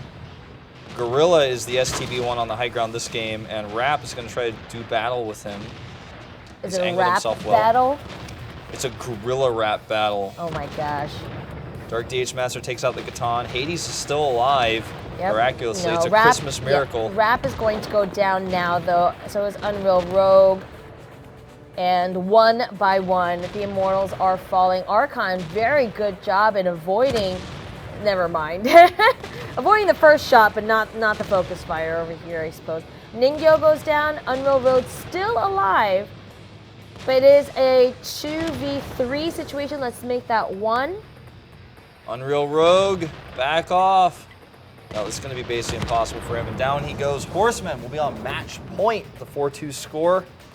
And, well, that was a little bit quicker than I expected that second game. It ended up being, you know, the Batchat came a bit too late to really be a game changer. And they saw him coming like they read the expiration date. Like, he just got taken out before he could even do anything. They saw him coming a mile away, and they were just kind of waiting for him. And he did just get exploded. Right, like, None was on it. He goes, nope, I do not want you in this battle at all. He was gone. Just like that. He went... Oh, yeah, that's right. And it was gone. So, the next map is going to be Mines as our final regular map. Now, it's going to have to be for the Immortals 2 wins in a row in order to bring us to a tiebreaker. So, going to be pretty tough to do that. Immortals are on the attack this time around. But if the Horsemen can overwhelm them and just surprise them with a counterattack on the defense, I think Horsemen might just be able to take this next win. I think it's too risky for the Horsemen to do something crazy like that, though, because the Immortals will be the ones that do something crazy. I feel like the Horsemen just need to do a lineup that's based off of like going on the outside, like a mobile lineup, and try to, like, I'm almost 100% sure the Immortals are going to maybe do like the E5 lineup, where they just pick a bunch of E5s and push through the middle and do that kind of push. And I feel like if the Horsemen just kind of spread to the outside, get that vision going with the Object 140s, I'd like to see that a little bit more personally, just using that mobility, winning the longer game with their mechanics. All they need is one more win, and then it's done. They do. And yeah, I guess, no, I want to say it's not a time for them to be risky, but yes, it is, because you only get one shot. I think the Immortals have to do something risky. They have to go for one of their mega amazing strats, and it has to work. Well, yeah, Immortals on the attack. I guess they'll have to go pretty aggressive as well if they're going to try to tie things up and to make it to that last map. If they can make it to Ghost Town.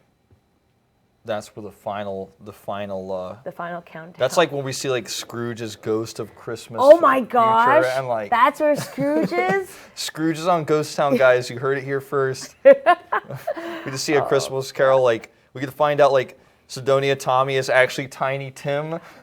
That's what Sidonia Tommy actually means. Oh goodness! Oh my goodness! So, as these teams get ready, as the players are getting situated, we'll be ready to jump into this game pretty soon. I think so. I think everything's just about ready. I mean, Mines is a map that we've seen quite a lot now this season, last season. Everyone seems to like it. It used to be, for me, it was the most strategical map, but I'm starting to think it's Himmelsdorf as well. Yeah, I think Himmelsdorf might actually have passed Mines in terms of like how many viable strategies there are and how many different pushes you can do. It's just probably with the change of tanks and stuff like that. But enough talk about Himmelsdorf. We're going on to Mines.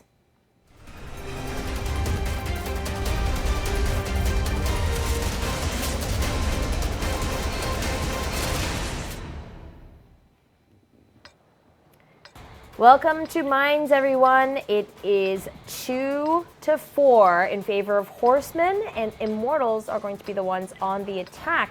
Horsemen win this, they win it all. That's right. Let's take a look at these tanks. Looks like the Immortals are not going to be doing the whole E5 strat I thought. They're actually going for a more catch-all strategy as well. They are going to push to the center first, and the Horsemen will meet them to do glorious battle. Glorious! T-54s, 4 of them. Got them on the map. Oh gosh, that bat shot, they're going to have to be careful. Horsemen, there's Catan. If you want to get rid of him, you got to do it now, and you missed your chance. All right, here we go. They're going to try to form up here, though, with these T-54s. That was a really good focus fire on Sirius. It chunked him down quite a lot, and they're just going to try to get rid of him as soon as possible. There he goes. Gorilla, however, he's getting hit from far away, one by one, and Rap and Faluso, one each. Catan needs to do that damage, and he's doing it. Okay, he sure is, and Horsemen do not want him around. They need to get rid of him ASAP. But if they chase him, it's going to cause a problem as well. I always talk about this, especially on this map. That's why the Batshot goes there, because he does a ton of damage, and he takes a slide out. And then as soon as he's reloaded, he's also in position to hit these tanks from behind again. All right, again. But while he's gone, they're going to have to start focus firing on the remaining tanks. There's 4 Immortals left to 5 Horsemen right now. This is actually a close fight. It's very close. That Batshot's going to come back, though. Hades goes, oh, Gorilla does get Hades. Sun is going to be next. It's going to be tough for the Immortals here now because Catan can't do this alone. No, he cannot. And like we said earlier, he's a glass cannon. Couple of hits, and he's going to blow up very fast. He actually might be able to kill Colin. But the problem is alone, I don't think he's going to. He's got 2 shots left, and he has to kill too many targets. You know what I mean? Like, there's no once way. He's out of rounds, he's dead. And Unreal Rogue looks like he might even die first. Dark DH Master is going to finish him off. Yep, and Catan, you are he's in trouble, buddy. And that was only 2 minutes into the game. You are in trouble, dude. Yeah, on the attack, I mean, what does he possibly he's gonna go hope to cap achieve? He's going to try to go cap. He can kill 1 tank, but he cannot kill 4 tanks. He needs to, and if Colin doesn't get his rounds back first. And if Colin doesn't even get anywhere near him, then he's not. Are they even going to chase him? They're like slowly trying to chase him. Yeah, I think Catan's just going to come back because there's really nothing to do. Or Horseman can just sit here for 7 minutes and 30 seconds and make us talk about silly things. Well, it's really up to the Catan to suicide here. I wouldn't blame Horsemen for sitting here for 7 minutes, but like Catan, if he doesn't even try, it's really him who's making us save for 7 minutes. But I think they are just going to move together towards him. Oh gosh. Now, the primary target for the Catan is going to be Colin, but I think Colin is going to be the most well-protected. Yeah, Colin or Gorilla. I mean, they're both down pretty low. Yeah, 1 shot for Colin, 2 shots for Gorilla. Well, Gorilla's also on Object 140. I don't know. Catan, man. Dark DH Master's checking him out. He's trying to find him. He knows the general area. Everyone's checking him out. Dark DH Master had his Sixth Sense go off for just a second, so they know the general idea. Ooh, this is going to be the best shots that Catan could take, but I really feel like he's only going to get one before they know exactly where he is. Colin could be exposed for just a moment here. Let's see if he can make the shot. I love that everyone is kind of... everyone is facing in all different directions in hopes that they are able to sense him out. Lighthouse! The lighthouse! I don't think they could hear me. They can't hear you. No. But, let's see. Uh-oh, Gorilla. He almost got eyes on him. Okay, he did. He did get eyes on him. They know where he is. Look at him. Wow. On the ledge. This is actually kind of funny. With the 7-minute timer that's been added, like, again, it is theoretically possible, like, if all the horsemen, like, walked up and went to the bathroom or something, that he could win. Oh, gosh. He needs to be so careful. Just riding that ledge right there. Seeing if he can get a shot onto Gorilla without getting hit. Archon just took a shot. Do they even know where he... I think they have to know where he is, right? Like, why is he shooting the other way? I think they're just shooting. I think the accuracy is just not as good, and they're, like, not 100% sure. No, I actually think they're just shooting around in hopes that they'll get him. Yeah, Archon's not even shooting near him, but it's probably just to... maybe to scare him, like, dude, we know where you are, kind of thing. It's funny because the Catan also wasted a round, which means he only has 4 instead of the 5 he would normally have. Yep. Dark DH Master might see him. Yep.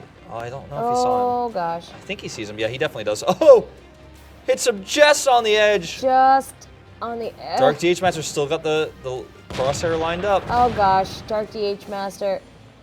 If Catan wins this game, there we go, Archon. Like, I was starting to get worried there for a minute, but there you go. Horsemen will win 5-2, the 3 points. That was a good attempt there in the end for Catan, but not good enough. No, it wasn't. That was an interesting. That was a really fun series. I'm really happy with that one. That was a very festive. All them lights, you know, just exploding everywhere. I love lights on Christmas Eve. It's the best. Well, everybody channel your Christmas spirit and your World of Tanks energy so that hopefully that we get the confirmation that EL did not get DQ'd from their second match. And we'll be watching that coming up in a few minutes. That would be great. So yeah, guys, we're going to take a 10-minute break. And when we come back, hopefully we will have EL versus the Immortals. So we'll see you then.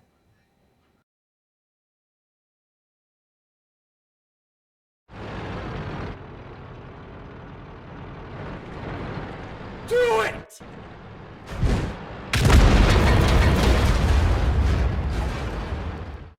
Let's go.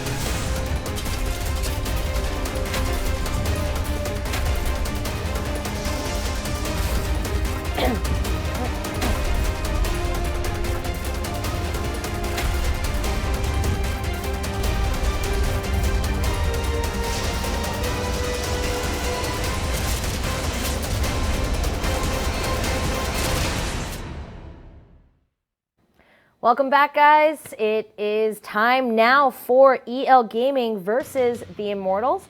And hopefully you had a good break. We had a good break. We had no a great cookies. break. No cookies, though, but guarantee you afterwards we're going to be getting some of those cookies. That's for sure. I really, really hope so. All right, so now we are going into match number, 3. Yeah, the third match. 2. But it's if you guys missed the beginning, EL didn't show up for the first match, but they have connected. Everyone's in for that third match, so this is going to be a really important match, especially for EL, especially because they lost those 3 points from the first match, unfortunately. But maybe they can bring things back and get the 3 points they missed from before. Like we said, it was because EL, all 7 members need to have shown up at 8:30.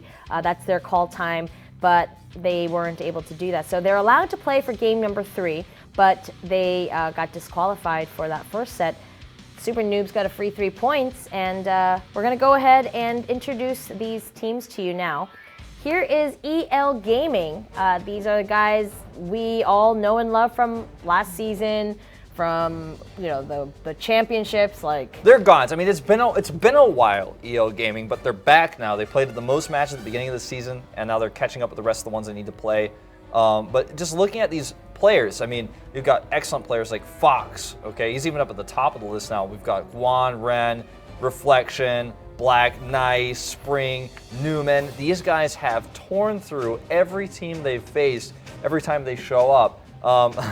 Jokes aside, they just have not lost. They do not lose. They are an incredible team, and I cannot deny that they will just be the favorites to win again. We'll see if another team can stop them, but I mean, so far so good for this team. Yeah, and everyone keeps saying we're biased, but you know what?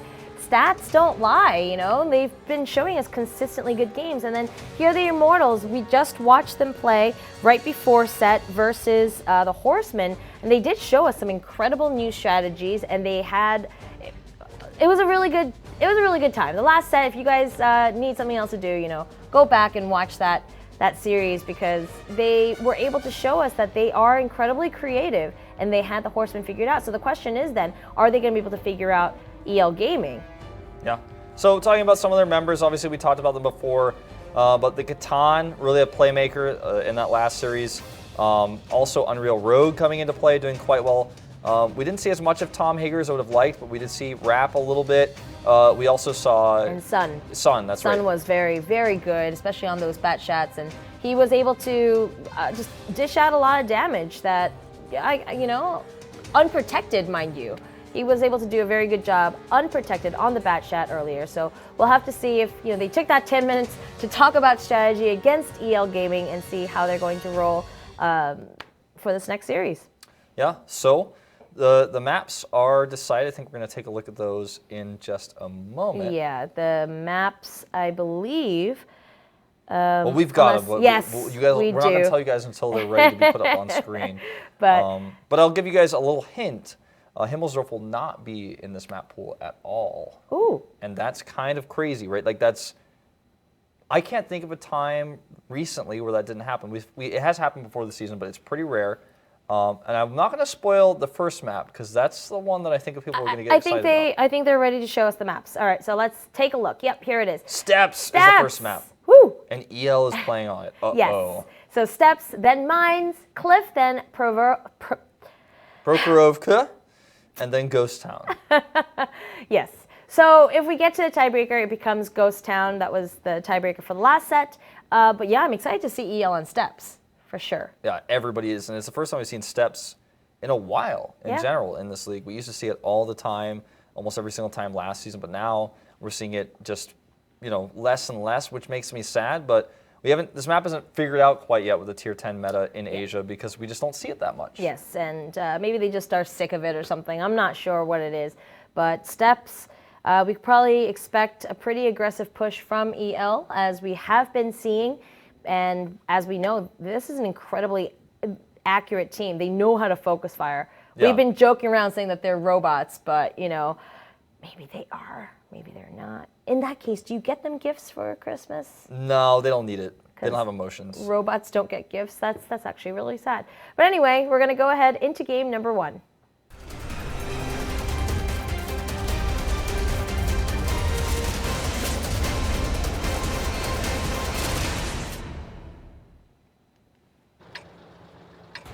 Welcome everyone to set number 1 between EL Gaming versus the Immortals. It looks like EL, they're going to be on the attack first.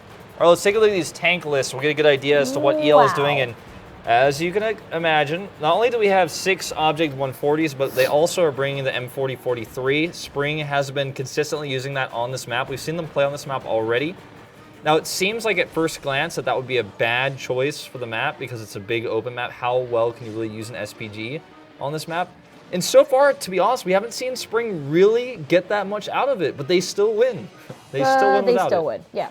All right, so here on the Immortals side, we can see that there are 2 E5s, 2 140s, and then a Batshot and 2 T54s. So a little bit of everything, and they are going head on to face EL Gaming, and already Hades being, the reflection had gotten some damage too at some point. The accuracy, I mean, look at the distance in which these tanks are firing and how they have not missed a single shot. Like, we were talking about firing across one of the biggest maps, and they're still hitting all these tanks. Yeah, Nice just kind of wants to get rid of the Batshot, and I don't blame him at all. Catan is down pretty low already, and EL wants to get rid of their biggest threat. And not only is the Catan one of their biggest threats, but also those E5s. They're slow. So what EL needs to do is to win a fight early on before those E5s get involved, because their tanks obviously aren't as powerful, but they are more mobile. Sirius and Rap, they're going to try to hang out together. They're going to meet up. Catan does go down. Black does finish him off, so that's the first casualty of the game. Oh man, here we go. This is not going to be a good fight. 2 T54 tier 9s and an Object 140 are going to die here easily.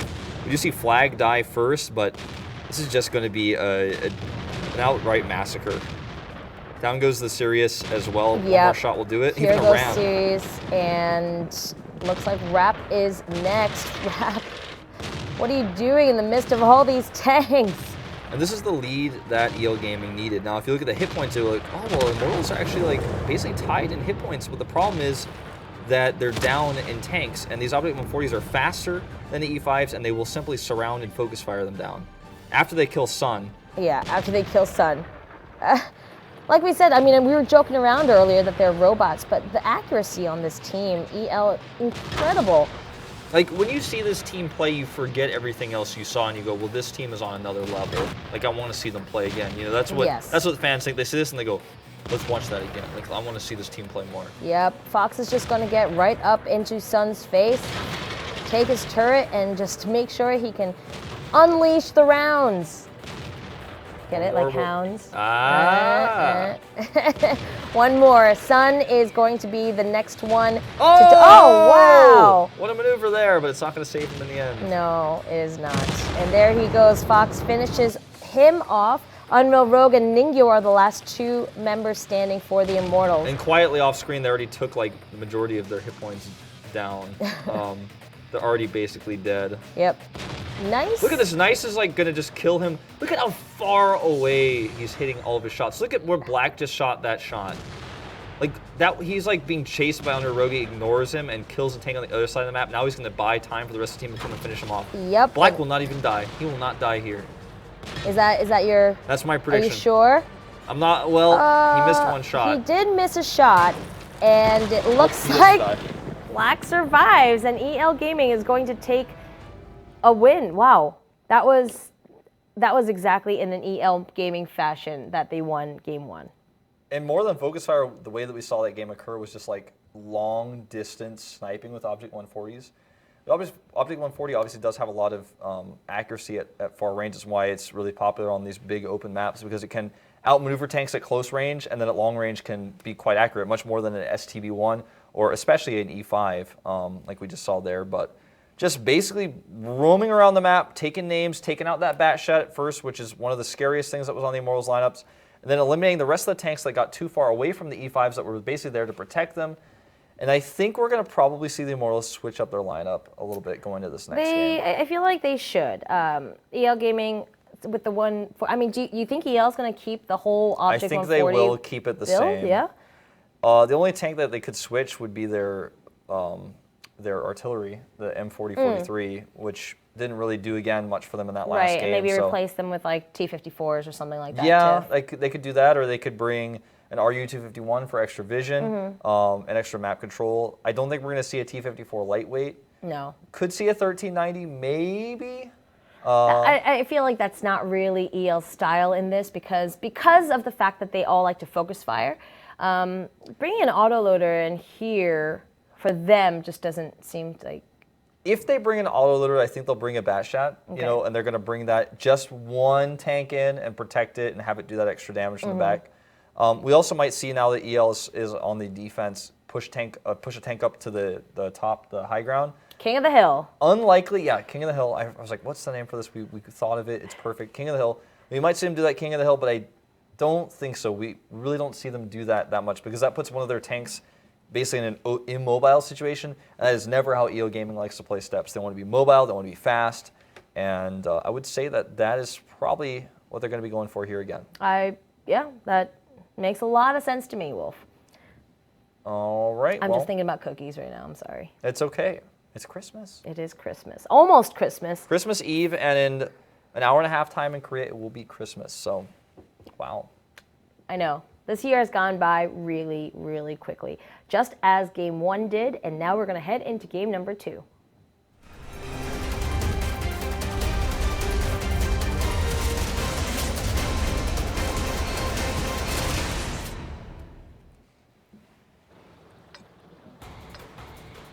All right, welcome back, guys, to Steps. It is, oh, gosh.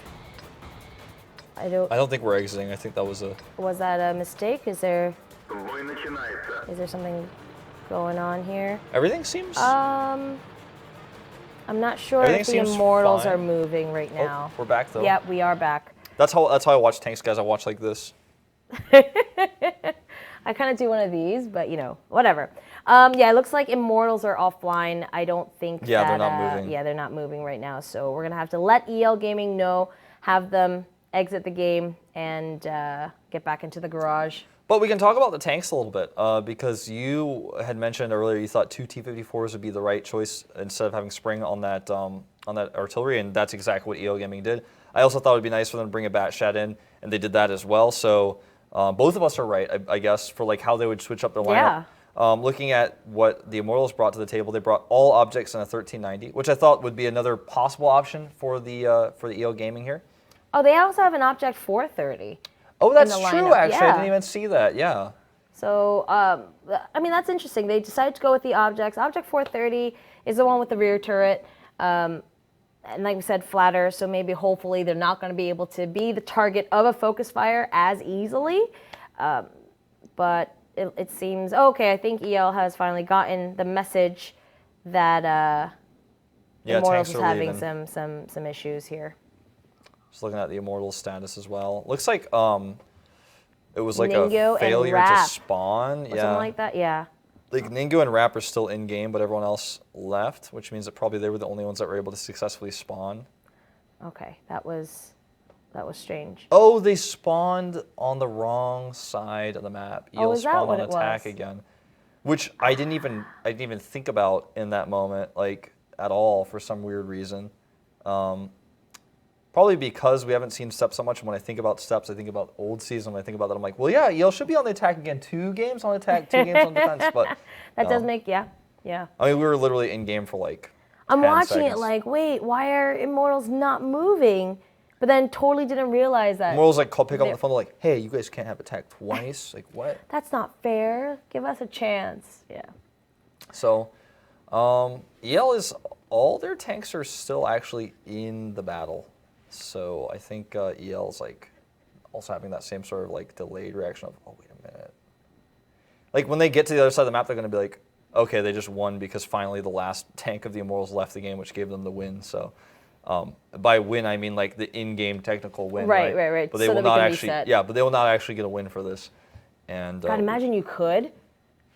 That was an That was a production side mistake, I believe. So. Yeah, it was just the lobby creator flipped the sides by mistake, and all is forgiven. All will be okay. It is Christmas. It is after Christmas. all. We should forgive them. So now that the sides are swapped, I think we're gonna go ahead and everything's correct now. Everything is correct as we see it. Looks like Game 2 can go ahead and start again.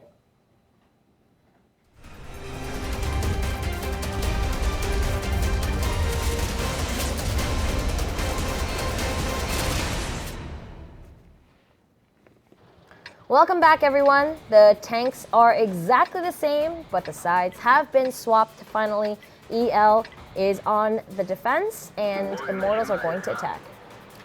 All right, ladies and gentlemen, the tanks, we already told you guys about them before. The 430 is really the most unique tank here. So when we take a look at the Immortals, that's going to be kind of the things we look at. One of the things we look at most closely is Unreal Rogue, who's taken it up. And everyone else is 140 and the 1390 for Hades, of course. The 140s are going split here for the Immortals. Three of them on the left, 3 of them in the middle. And EL is doing kind of a more old school formation. They're setting up to the top right, but a little bit more south than what we would normally see. Yeah, they're closer to the base capture number 2, whereas in the D8 position. And they're all just going to sit there and wait, basically. They want to see the Immortals come at them. And based off of seeing the 140 lineup, I would expect that kind of push as well. And it is what we're seeing. It's just on the wrong side of the map. So this gives the Immortals a good chance to form up here. They can't just sit in the base capture and win the game, because the Immortals will, or rather EL will respond. Of course. But they do have a good position advantage right now. That's something you cannot deny. Yep, Fox is the one who's kind of got an eye out for base capture number 1. Just make sure that he can see everyone. No sixth senses have gone off, so EL does not know what's going on yet, and they're intentionally not showing. They have not crossed through base capture point number 1, so they're going to try to kill Fox alone. Now, finally, his first sixth sense goes off. He knows what's going on now. And Fox is the only one there. He's going to have to retreat, join the rest of his team if he wants to survive. I think Immortals really did want to try to pick him off there. Reflection is in the area as well. He's going to have to be careful. All right, Fox backing off.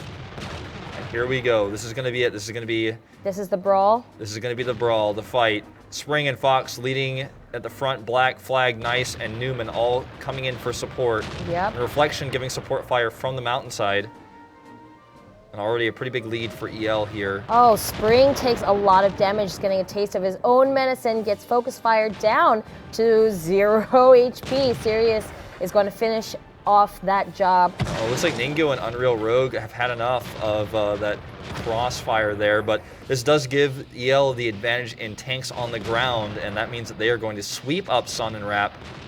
And Ningyo and Unreal Rogue need to kill Reflection fast and get back into the battle. Yes, and Rap is going to be surrounded here. He can't, there's no way he was going to be able to leave that position.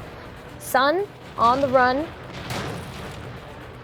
Sun on the run, that's right. And Sun on the run. on our sunniest map, in fact, Ningyo dies off camera, and it now leaves us with 3 tanks left. Reflection does go down too. It seems like an equal trade, but it's really not. Yeah. There's only 3 tanks left for the Immortals, Sun being super low. Fox and Black, they're going to just try to find Unreal Rogue and focus fire him down. Nice does go down as well. Good shot by Hades. Yep. Who's still alive here. But this is going to be the killing blow. They're going to kill Sun with a ram, nicely done by Newman, and then Unreal Rogue will die in at least 1 or 2 more shots. I think he just got that second one. There it is. And now Hades on a 1390 alone here on the attack. He might just surrender. He might, but he may not. It does. He looks like he's going to just try to run away. He's going to pull a gorilla here. But they're on the chase. They are. Oh, wow. Imagine having... You know that there's 4 tanks just chasing after you and your death is imminent. So if you're a newer tank viewer and you're looking at this going well, I mean, he could technically live for 6 more minutes, right? Well, first of all, no. He will not live for 6 more minutes. And the second thing is, he's on the attack, so he actually either has to kill all of them or capture a base. So he basically has virtually no chance of survival. Yeah, and with 49 HP, just 1 more shot, even if it's not a direct hit, a chip of the paint. Yeah, if he bumps into the side of a rock too hard, he's gonna die. So, if he goes up this hill and then goes down and messes up, he could actually die from doing this if he falls the wrong way. Probably not gonna happen. I think it's going to be Fox. He's gonna try to get that final blow, and he does. And Fox will go ahead and take the second win. EL Gaming takes 2 games, and Immortals are still at 0. I feel so refreshed. I just got to see EL Gaming play on Steps. I got to see Steps again in general, and I got to see EL play on it, and I was like, yeah. That's your Christmas gift. I'm like, yeah, it feels like Christmas. All right, the next map I think we've got here is Mines, and EL is on the attack again on Mines. Yeah, so it's going to be a scary game for the Immortals to play because it's like, which game do you play here? Do you try to brawl them in the mine? You know, do you go up there and try to beat the best team at this? Or do you try to play a slower game and try to spread out where you become more susceptible to focus fire from EL once they figure out what you're doing? Yeah. It just feels like against EL, EL has every strength. You say, oh, some teams are really good at brawling, some teams are good at strategy, some teams just have really good mechanics, or like Super Noobs. I'm like, Super Noobs just really good at like making smart decisions in the middle of the game that some other teams wouldn't be able to think of as quickly. EL like does all of that. Like there's no weakness. Okay, there's like, oh well, EL isn't that strong when we do this. It's like no, that doesn't exist. It's because they're robots, Wolf. Yeah. How many times have I told you this? So okay. It's like, can you beat the computer in chess? Have you ever tried that? No, you already heard like that you couldn't do it because you can't. You cannot beat the computer at chess. You can't do that. You can't beat EL at tank chess. Okay. Yeah. Well, EL has lost some maps this season. In fact, the Horsemen took like 3 games off of them, and we saw that the Immortals did kind of go toe to toe with the Horsemen. But I'm not trying to say that the Immortals cannot win this game. I'm just saying like it feels hopeless. Like what plan do you use? Yeah. You know. Most teams go, okay, versus this type of team, we want to do a plan like this. But versus EL, you're like, no, we should do this plan. No. Maybe we should do the other plan. No, that's not good. You know, it's kind of like, oh, what do we do? I mean, right now we could see here the Immortals still haven't chosen their tanks yet, and that kind of tells me that they're talking about the strategy. They're talking exactly about what you just said. Are we going to brawl them in the center of the mine? Or are we going to go and spread out, be over by the lighthouse, be over by the beach side, and take it a slower game? I mean, it seems that they need to make that decision quickly, though, as EL has already locked in what they want. One day, some team just needs to do like versus EL gaming like 6 IS7s. Be like, break us with your 140s. Like, try it. IS7. Or like 3 IS E100s. Oh yeah, or E100s are like 3 IS7s and like 3 E100s or 3 IS7s, 3 IS4s. On mines. It's like, all right, come at me, EL, like focus fire this. and they still lose. They probably would. It's not a good comp, but it would be like a really fun game to watch. It would be pretty fun. Because it would like break the program. Like EL would be like, all right, we gotta focus. Oh, we can't just snipe them. Like this isn't gonna work. This is different. What is going on? Obviously, does not compute 404 error. Yeah. Yeah. Obviously, an autoloader comp would like totally destroy that as well because you could just from a distance pick them off one by one because they're so slow. And they come in with a bunch of bat shots instead. They're just. That would be like a show match. I would like to see that kind of show match. Actually. Yeah, I mean, I would love to see forced comps like as an exhibition match. Like, can EL win with only Object 140s versus IS4s and IS7s? Like, they probably could, but like, how would they do it? And it would look beautiful. It would be beautiful. It's not to say that like, if you had 2 given teams, the IS7s would never beat, or rather 140s Right. would beat it, I know. But you You're know, just saying it's EL. it would be fun. Okay. Maybe we're a little too biased towards EL. I don't know. But, all right, I think the Mines map is loaded, guys. We're going to head into game number 3.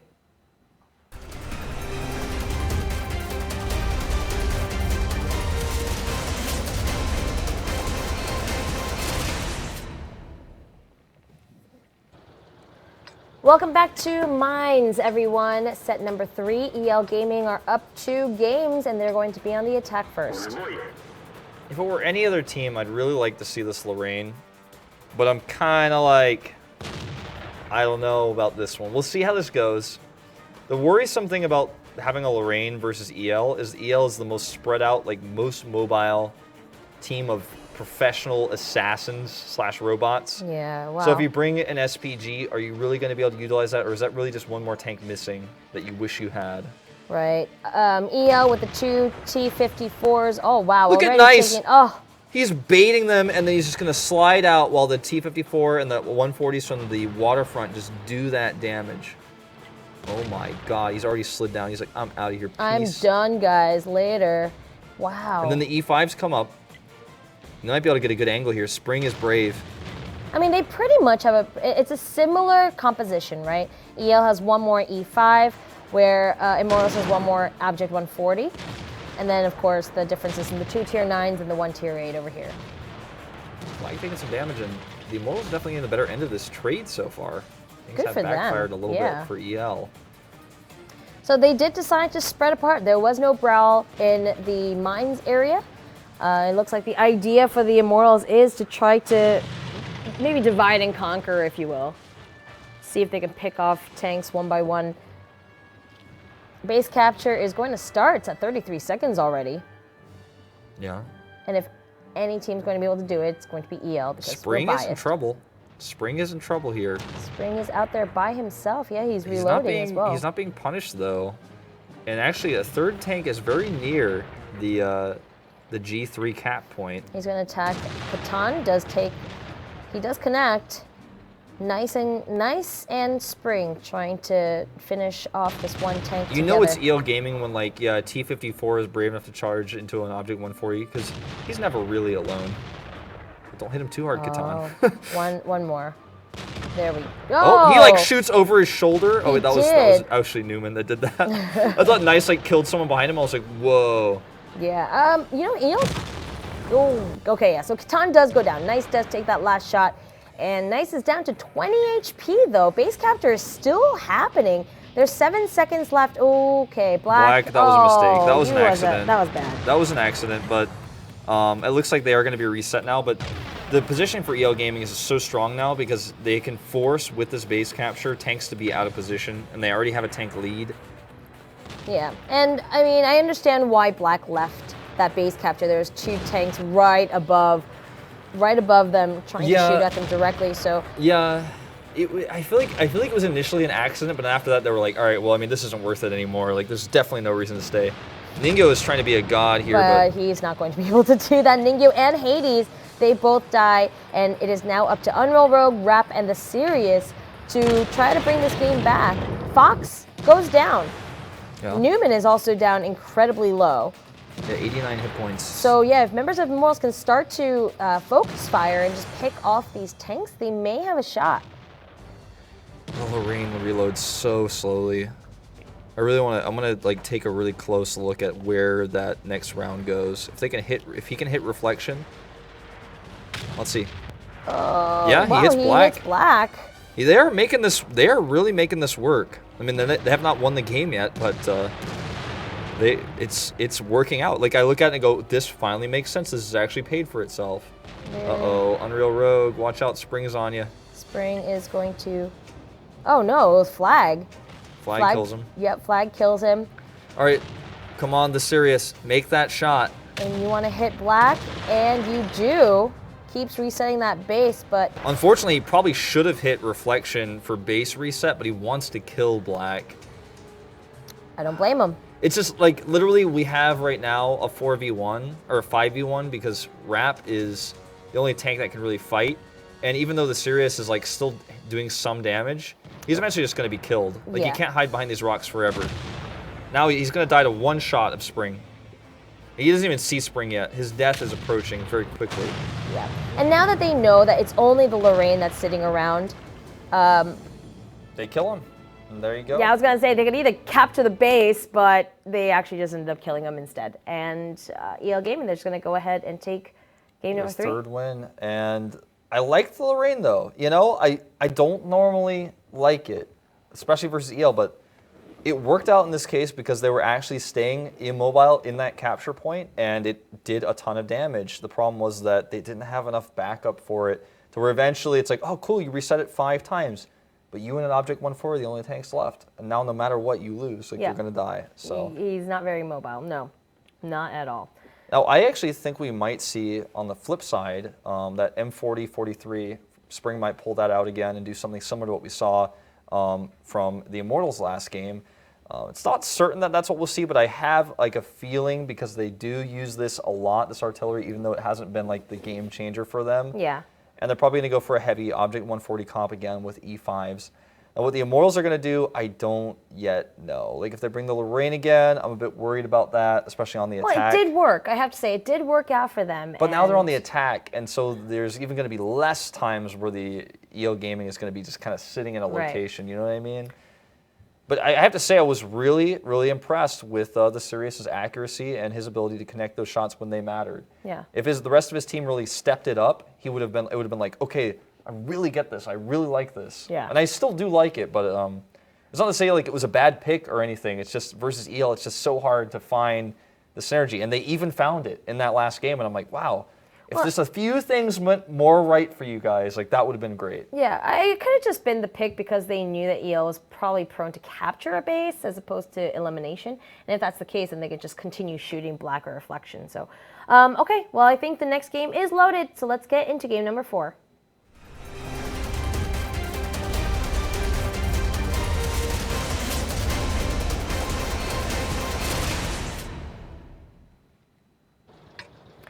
Welcome back, guys. Here we are on Mines. It's set number 4, EL Gaming versus the Immortals, and Immortals are going to go ahead and be on the attack. It looks like the tank lineups are basically the same. A 3 E5 for the for EL as opposed to 2. And let's see if we have that initial battle with no autoloader for EL Gaming. Yeah, Immortals exactly the same lineup as before. And I wonder who they're going to push up this left side here, because they don't really need to have 140s up there. Will they send Rap? They are going to send Rap and the Catan. Oh, gosh, yeah, they're going to already start shooting. Wow, Rap, he tried to sneak in there. He wanted to get into that mine untouched, but unfortunately, all eyes were on him.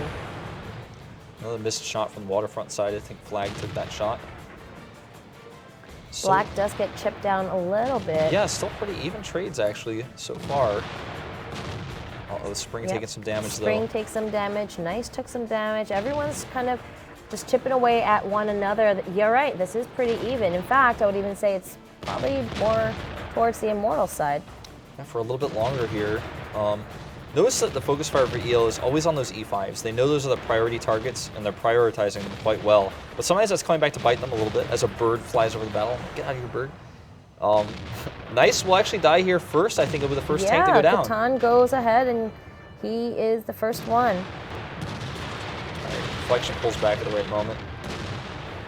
And we are seeing a big push here now for EL. Yeah, EL's just going to try to get in there and see if he can finish off these low tanks. Ningyo does go down, but at what cost? Flag is really doing his job here. He's absorbing so much damage while the priority tanks stay alive. Reflection survives here, which is so cool. And then Spring blocks a shot to save him from Unreal Rogue. Even though EL is way down in this fight, they're doing everything correctly. Sun goes down, Reflection dies as well. I think maybe the Immortals have done it though. You know, it starts to look like they've really done it. Yeah, EL is going to get surrounded here by Rap and Unreal Rogue. Don't forget, the Sirius is adding support fire into this all the time. Absolutely. Flag is down super low. Spring does go down, and it looks like Flag might be the next one. Newman. Down as well. The Immortals will take a game.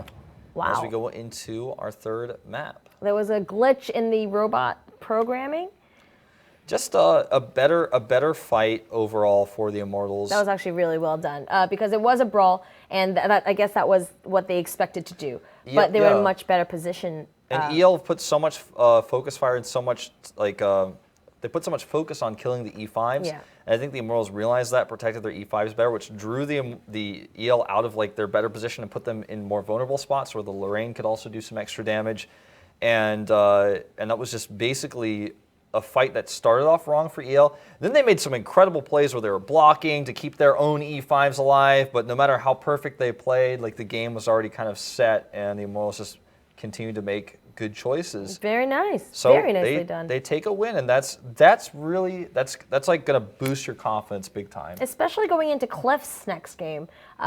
Again, like we've been saying, Cliff's the map that we've seen the most amount of brawls in. So yeah, so you win a game like that, and you go to the map that's like this, that is played exactly like the game that they just won, and you'll be thinking, yeah, we can do this. Like we can beat them again. Yeah. And if we win both games on Cliff, then we actually tie it up. So we'll have to go ahead and see that. And the one after that is going to be, again though, it's on Prokhorovka, that one, which is a big open map that's kind of like Steps, and we saw what happened on Steps. But first, we got to get there.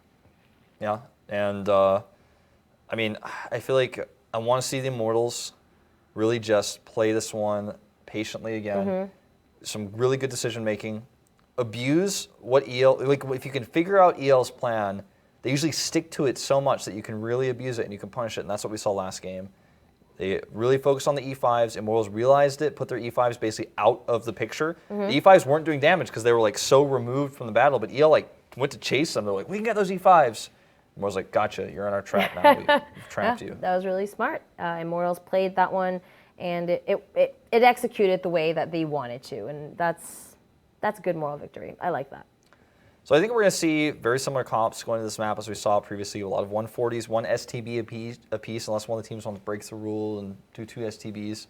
We could also see 430s into the mix. Probably not, I would say, just because, I don't know, I'm still not a big fan. Okay, I think we're having some sort of issue with Immortals right now.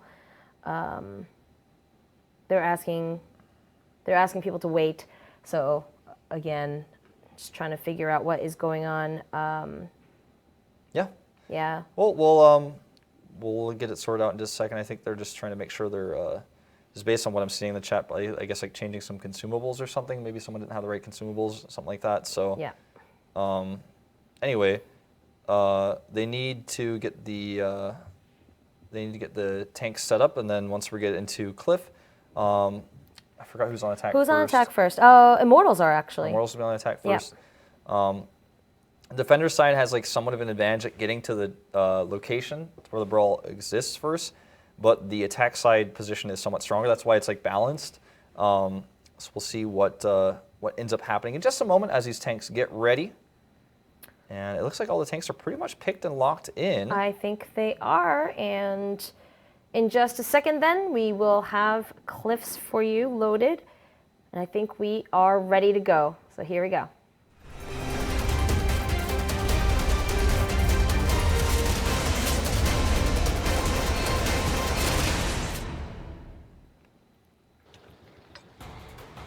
All right, guys, welcome to set number 5. EL Gaming up 3 games. Immortals takes 1, and they're going to be on the attack first. And if we take a look at this tank list, whoa, Wolf, look at all those Object 140s. How did I know what was going to happen?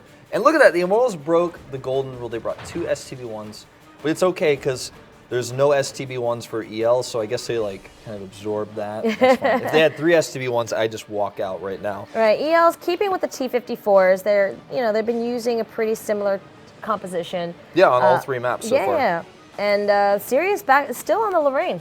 Yeah, he's made it work. I would say arguably on both games on Mines, even though in the first game they lost, and in the second game, he wasn't the one who won them the game, but he did do a lot of great support.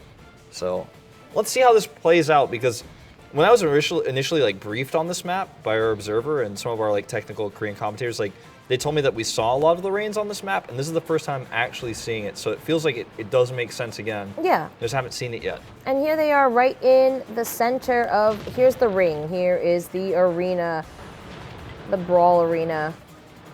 And everyone is going to set up in the middle here, and already shots are being fired. Sun does take a bit of damage, so does Catan. Only flag on the EL side. Yeah. Spring's taking some serious damage though. Oh, now he is, yeah. And so does Unreal Rogue a little bit. And it's a pretty even trade. But I think EL's starting to get the better of it. Yeah, I like how Spring and Black, they do this. They go back and forth and make sure that they have enough time to have cover as they reload. Yeah, it's like one of the 2 tanks is always firing. You know, they don't keep their reloads in sync. They want them to be opposite of each other. Yeah. Like perpendicular almost, but... Except for right now when they focus fire. Yeah. Unreal Road needs to be pretty careful. They don't know, yeah, they don't know there's 4 tanks about to come around this wall. They thought it was 2. And Newman, even though he's gonna, he was the initial leader in that pack, and then he just pulls back and surprises Hades is gonna go ahead and drop like a fly soon. I hope one World of Tanks fan out there just like oddshot.tv that scene, because I want to watch that on instant replay. Like the moves we just saw EL make, I've never seen before. They save Newman, they send Flag, who's slightly faster ahead to get the final kill. Then he tanks damage while Reflection comes down. They're going to get the second kill, then Ningyo will fall as well. Ningyo just completely gets surrounded, but that was, it was timed perfectly, and now Catan is going to go down as well. Sirius, where are you on this Lorraine? And he's reloading currently on the opposite side of the map, and now the hunt is on. They don't know where he is. It looks like he's going to take a shot at Nice. She's just like, I don't want to take any shots. I don't want anyone to know where I am right now. They're taking blind shots at all the locations where he would likely be. Wow. Oh! And there he goes. 2 shots do it. Reflection gets the final shot. And EL is now on match point with, I believe, right? Yes, it is match point. So yeah, they won 4 games now. And we will go into our 6th game. Yeah. On so Cliff. Cliff will be the second to last map. Prokhorovka would be the next one if the Immortals can win this one. But that was just like godlike coordination, especially that one time where Nice is about to die, then 3 tanks come to protect him, then the T-54 comes up because he's faster, and they know that the health of, I can't remember which player it was, but on that Object 140, his health is low enough to where one shot from the T-54, they like know all of this in their heads. They're like, all right, the T-54 comes, and the way they do it so fast, I can almost be sure that like not a word was said. You know, like they just know. He's like, all right, protect. Like everyone knows, like okay, he's low. We got to get in here without even saying a word. They can protect him. The T-54 comes up, kills him. He eats 2 shots and almost dies. But during that time, during that brief moment of reloading for the Object 140s, the rest of the Object 140s focus fire 1 tank down, focus fire the next one down, and the T-54 dies. But it's okay because we've killed 4 tanks now.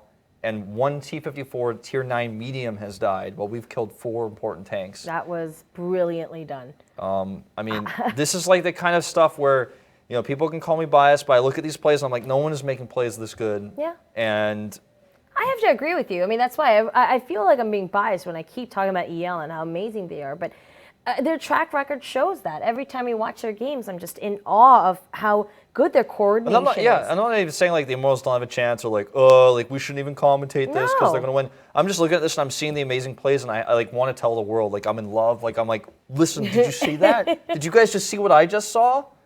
Like someone took a video of that, right? Like there's like a GIF someone tweeted at me right now, right? Like I can watch that again instantly right now. I'm like, I'm gonna load it up on my phone right now, like, because that was incredible. Like that's the kind of plays I see that other teams are getting to. You know, they're getting to that level. Like I see Horsemen doing that. I see Super Noobs making moves like this. I've seen Immortals even make moves like this. But just the way they do it. Yeah, EL Gaming, they are the playmakers for sure. I get like goosebumps when I see that. I'm like, whoa. This is your Christmas treat, man. You got to watch EL play amazingly, show us this amazing plays, and cookies. That's right. How well, guys, could you ask for a better Christmas, really? It's not over yet, though. It's not over. We'll see if the Immortals can make it an even better Christmas to bring us to that last map. That would be awesome. So let's go ahead into game number 6.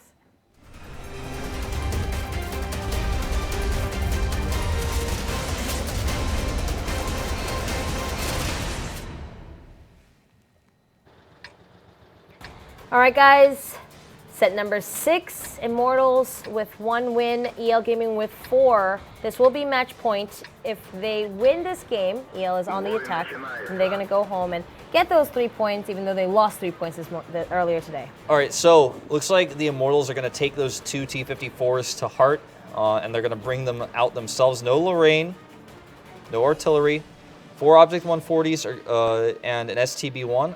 Actually, no, an Object 430 comes in as well. I think that's okay. And then EL's going to keep it with their 5 140s this time around as well, and they're all moving together. Oh gosh, are they all just going to meet right in the middle? It would be a flashy finale. It would be. Here we go. I want Could happen. Christmas lights as things blow up. That would be amazing. Oh gosh. Here we go. It looks like EL's just going to come around and see if they could pick off Unreal Rogue in the back first. Unreal Rogue is definitely going to be the first target. Already very low. Don't forget Reflection is in a great position here, drawing a lot of the tank's fire away. Unreal Rogue will be the first to fall here. Oh, he's barely alive still. Oh, he is barely alive. EL working together. Flag does go down. Unreal Rogue does go down over there for the Immortals. All right, let's see that focus fire in action, EL. Let's see if they can turn this one around. Ningyo is going to be the next target. Looks like Nice is going to sneak around the backside. The Spring Sirius falls. and Spring both fall, 1 on each side right now. You know, I think the Immortals actually might be able to take this because Reflection is trapped.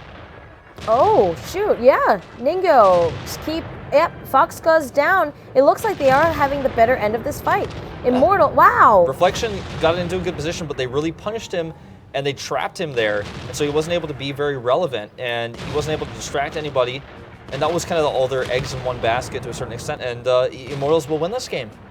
They actually will do it. We're going to Prokhorovka, Oh my gosh, that's so awesome. I couldn't ask for a better Christmas. Really.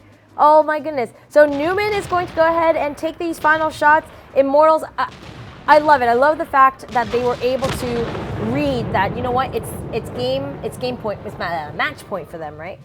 Match point for EL. EL will probably rush us crazily. What do? We have to take that fight to them, get in a better position, and you're right, they were able to trap reflection, and it worked out to their advantage. That was really well played. I think EL really were overconfident in their abilities there. Reflection's position was not bad, but it's one of those positions where it's almost like a win more position where you get there and he just does a bunch of free damage. And Ningyo was on him in a second, and then he got stuck there, and he wasn't really able to secure a kill. And then Unreal Rogue survived for a really long time, longer than I think that EL expected him to. And then he did some extra damage and absorbed some extra firepower. But we're going to Prokhorovka, which is, again, one of our maps that ends up being a brawl most of the time, although it's a bit more technical than, say, Steps or even Cliff with how it's played. So I think that we'll probably see EL slow play the first game on this map.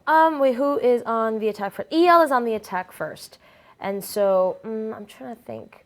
Three situations usually occur on this map, like to break it down in the most simple fashion. One situation that occurs, which happens about like 50% of the time, is 7 tanks go to the left, 7 tanks go to the right, they miss each other. The other thing that happens is both tanks spread around on one side, like they, like move towards the other side and slowly fight on one side of the battleground. And the third thing that happens, which is the rarest, sorry, what? The town. Yeah, is one team goes to the town and spreads out. Usually the defensive team, the attacking team kind of slowly moves around the other side. And then we have like battles long distance with Object 140s. Those are kind of the 3 main sort of battles that we see on this map. All right, knowing EL and knowing that they're on the attack, what do you think they're going to do? I think they're going to push towards the town, and they're going to try to get on the favorable side of the railroad tracks first, which is the side that's on the base capture, which is like at like D7 or something like that. So they're going to go to base capture point number 2, right to the north of the town. That's going to be their objective. They're going to try to control that area, get the better vantage point there, and then start the base capture. We saw them do it versus Karen Tigers on this map. Oh, that's right, yeah. And it was like, Karen Tigers just didn't have anything they could do. They were just like, oh, now how'd they get in there so fast? And they couldn't deal with it. So yeah, and then they just kind of keep all the other tanks at bay and then let the tanks finish capturing the point without getting hit. Because if they come in to stop the base capture, then they have to cross over those railroad tracks at the most narrow point, as you always talk about, where it's you're most vulnerable to cross, and then EL just wipes you out. So I think if the Immortals have studied this, they will try to push to the town as well and bring that fight to them as soon as possible. All right, so they're waiting on tank lists right now for Immortals. Again, EL, wow. As soon as a game is over, EL just like, bam, has a tank list out, and they're like, here we go. We want to keep playing forever.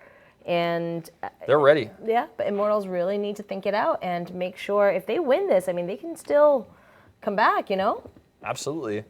So, looks like they are set with their tanks as well. Are they? I think so. But are they? I think so. Yeah, I think so. I think they're ready. Yeah, I am really curious. Are EL going to do this by base capture, or are they going to just try to eliminate their opponent? That's a good question. I want to go with elimination. I mean, like, they're going to try to win by elimination using the base capture as a tool to get them eliminated. It's like I wish there was like a word for this, but when you use base capture to force your opponents out of position, like that's how you win by elimination. Bait? Yeah, it's like a bait.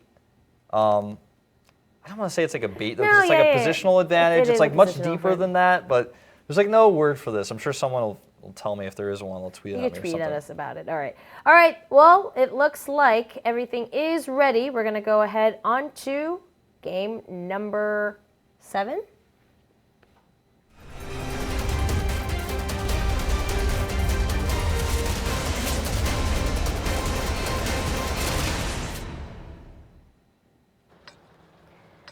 All right, guys, welcome to Prokhorovka. Can you just do it for me? Welcome to Prokhorovka, guys. Game number 7, EL Gaming versus Immortals. EL is on match point. Thank you very much. And for our tank list, and I'll just do your job for this part. All right. On the EL side, we've got 3 215Bs. We've got a pair of Object 140s, a Batshot, and an RU-251. The Immortals, 2 STB-1s. We have 3 Object 140s and 2 T54s. You never thought you'd say so many letters and numbers together at once, did you? Bleh. It looks like the EL Gaming is actually going to push to the west side, which I didn't expect. But the Immortals expected them to do what I thought they were going to do, and they went to counter that. And we're actually going to have a brawl, it looks like, in the middle of the map, oh like my straight gosh. up. Straight up brawl. This is very step style, huh? Oh man, Immortals is bringing the fight to them. Let's see if EL can respond. Now, they have 3 215Bs, and they are in good position, so... As long as Immortals are in good position and they have the confidence to be able to take down and focus fire tanks, they can definitely win the game. Nice right now. Should have been the first one down. It kind of drove past him. There we go. Nice does go down.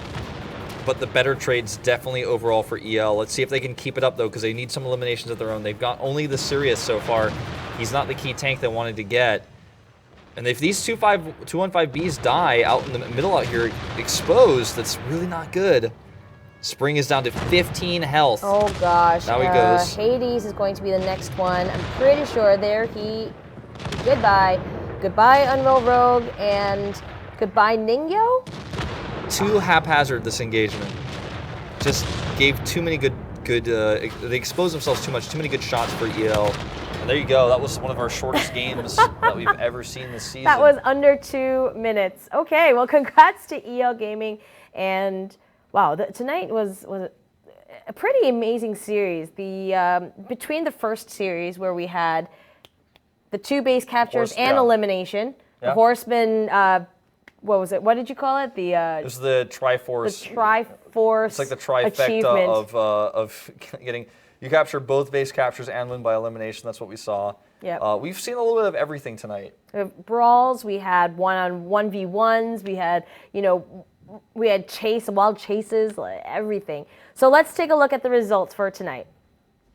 The first set, I'm so sad about this because I really wanted to see, me too. We'll have to wait till that Super second round, Noobs Robin. versus EL Gaming. EL Gaming, due to not showing up on time, they got the DQ, and Super Noobs gets 3 points. Match 2, that was the trifecta, amazing achievement by the Horsemen. Horsemen win 5-2. And then match number 3, EL Gaming went ahead and won 5-2 as well. Yeah, and that means EL is going to get at least 3 points today. The Horsemen will pick up 3 needed points that they need as well. So we'll be taking a look at the rankings in a little bit, but good games today overall. Just a shame we didn't get to see that epic match between Super Noobs and EL. We'll have to wait for later. Everyone's been, I think everyone tuned in tonight because that's the one that they want to see. Super Noobs being the new kids on the block, really, for this season, coming in, just contesting that first place position. They surpassed Karen Tiger, and they had a chance to play EL, and EL didn't make it on time. But let's go ahead and look at the rankings so far. Today is day number 9, as I said, right? Yes. 9, I can't, yes. So EL Gaming with the 21 points due to this win. Super Noobs with 18 points because EL was late. Karen Tigers with 13 points, but no fear, we will see them again. Horsemen right on their tail with 12. B Gaming, 8 points. PvP Super Friends with 3. Immortals with 3. And Team Efficiency yet to put any points on the board. But we talked about this briefly earlier, but the team that's going to be the most upset with the DQ is definitely going to be Karen Tiger, because Super Noobs will get 3 points versus EL that Karen was not able to get. And that's the hardest 3 points that you can ever get. If EL ever DQs, it's like that needs to be like on the front page of like wargaming.com. Like it's like EL did not show. So like this is unfortunate for Karen Tigers, but they still have a chance to catch up. It's going to be very difficult to take that second place spot away now, though. I think so. I mean, that's I don't know, unless Karen Tigers just starts to steamroll everyone again. I want to see Super Noobs versus Karen Tiger. I think that might be next week, actually. All right, well, let's take a look at next week's matchup. We do not have Karen Tigers but next double week. Super Noobs, and which is nice. And double Immortals again. And double Horsemen. Oh, so it's actually starting over, I think, because the Horsemen versus Immortals, we just saw that today. So that means that the second round robin will be starting because Horsemen versus the Immortals, we just saw that. So if we see it again, like... I am so confused how this round robin works, to be completely honest with you, because of all these double headers. Like, anyway, we only have 3 teams playing On Monday, Yeah. It's going to be Horsemen versus Immortals. It's going to be a rematch of what we saw today. Then we've got Super Noobs versus Horsemen. Then we have Super Noobs versus Immortals. And just to let you guys know in advance, just like a week in advance, the New Year's Eve broadcast, we won't have one. Yes. We'll be off that day. Well, so I mean, we want to give you guys a chance to go out and party on that day, because obviously otherwise you would be sitting in and watching tanks. And, you know, we encourage having that kind of social interaction with people. So yeah, go hang out with your tanks friends. Talk about your new 2 turns that you just unlocked. Next Monday, however, December 28th, it's going to be at 8 o'clock. That's UTC +8. Or it's going to be at 9 o'clock if you are in Korea, KST. So we'll be here on Monday. We will not be here next Thursday, but we'll remind you of that when we get back on Monday. Oh, that's right. Well, it's been a good Christmas Eve. Merry Christmas, everybody. Yeah, hopefully you guys had as much fun watching as we had casting today. And enjoy your Christmas Eve, guys. Eat a lot of food. Have some good time with family. And we will see you again on Monday. Bye.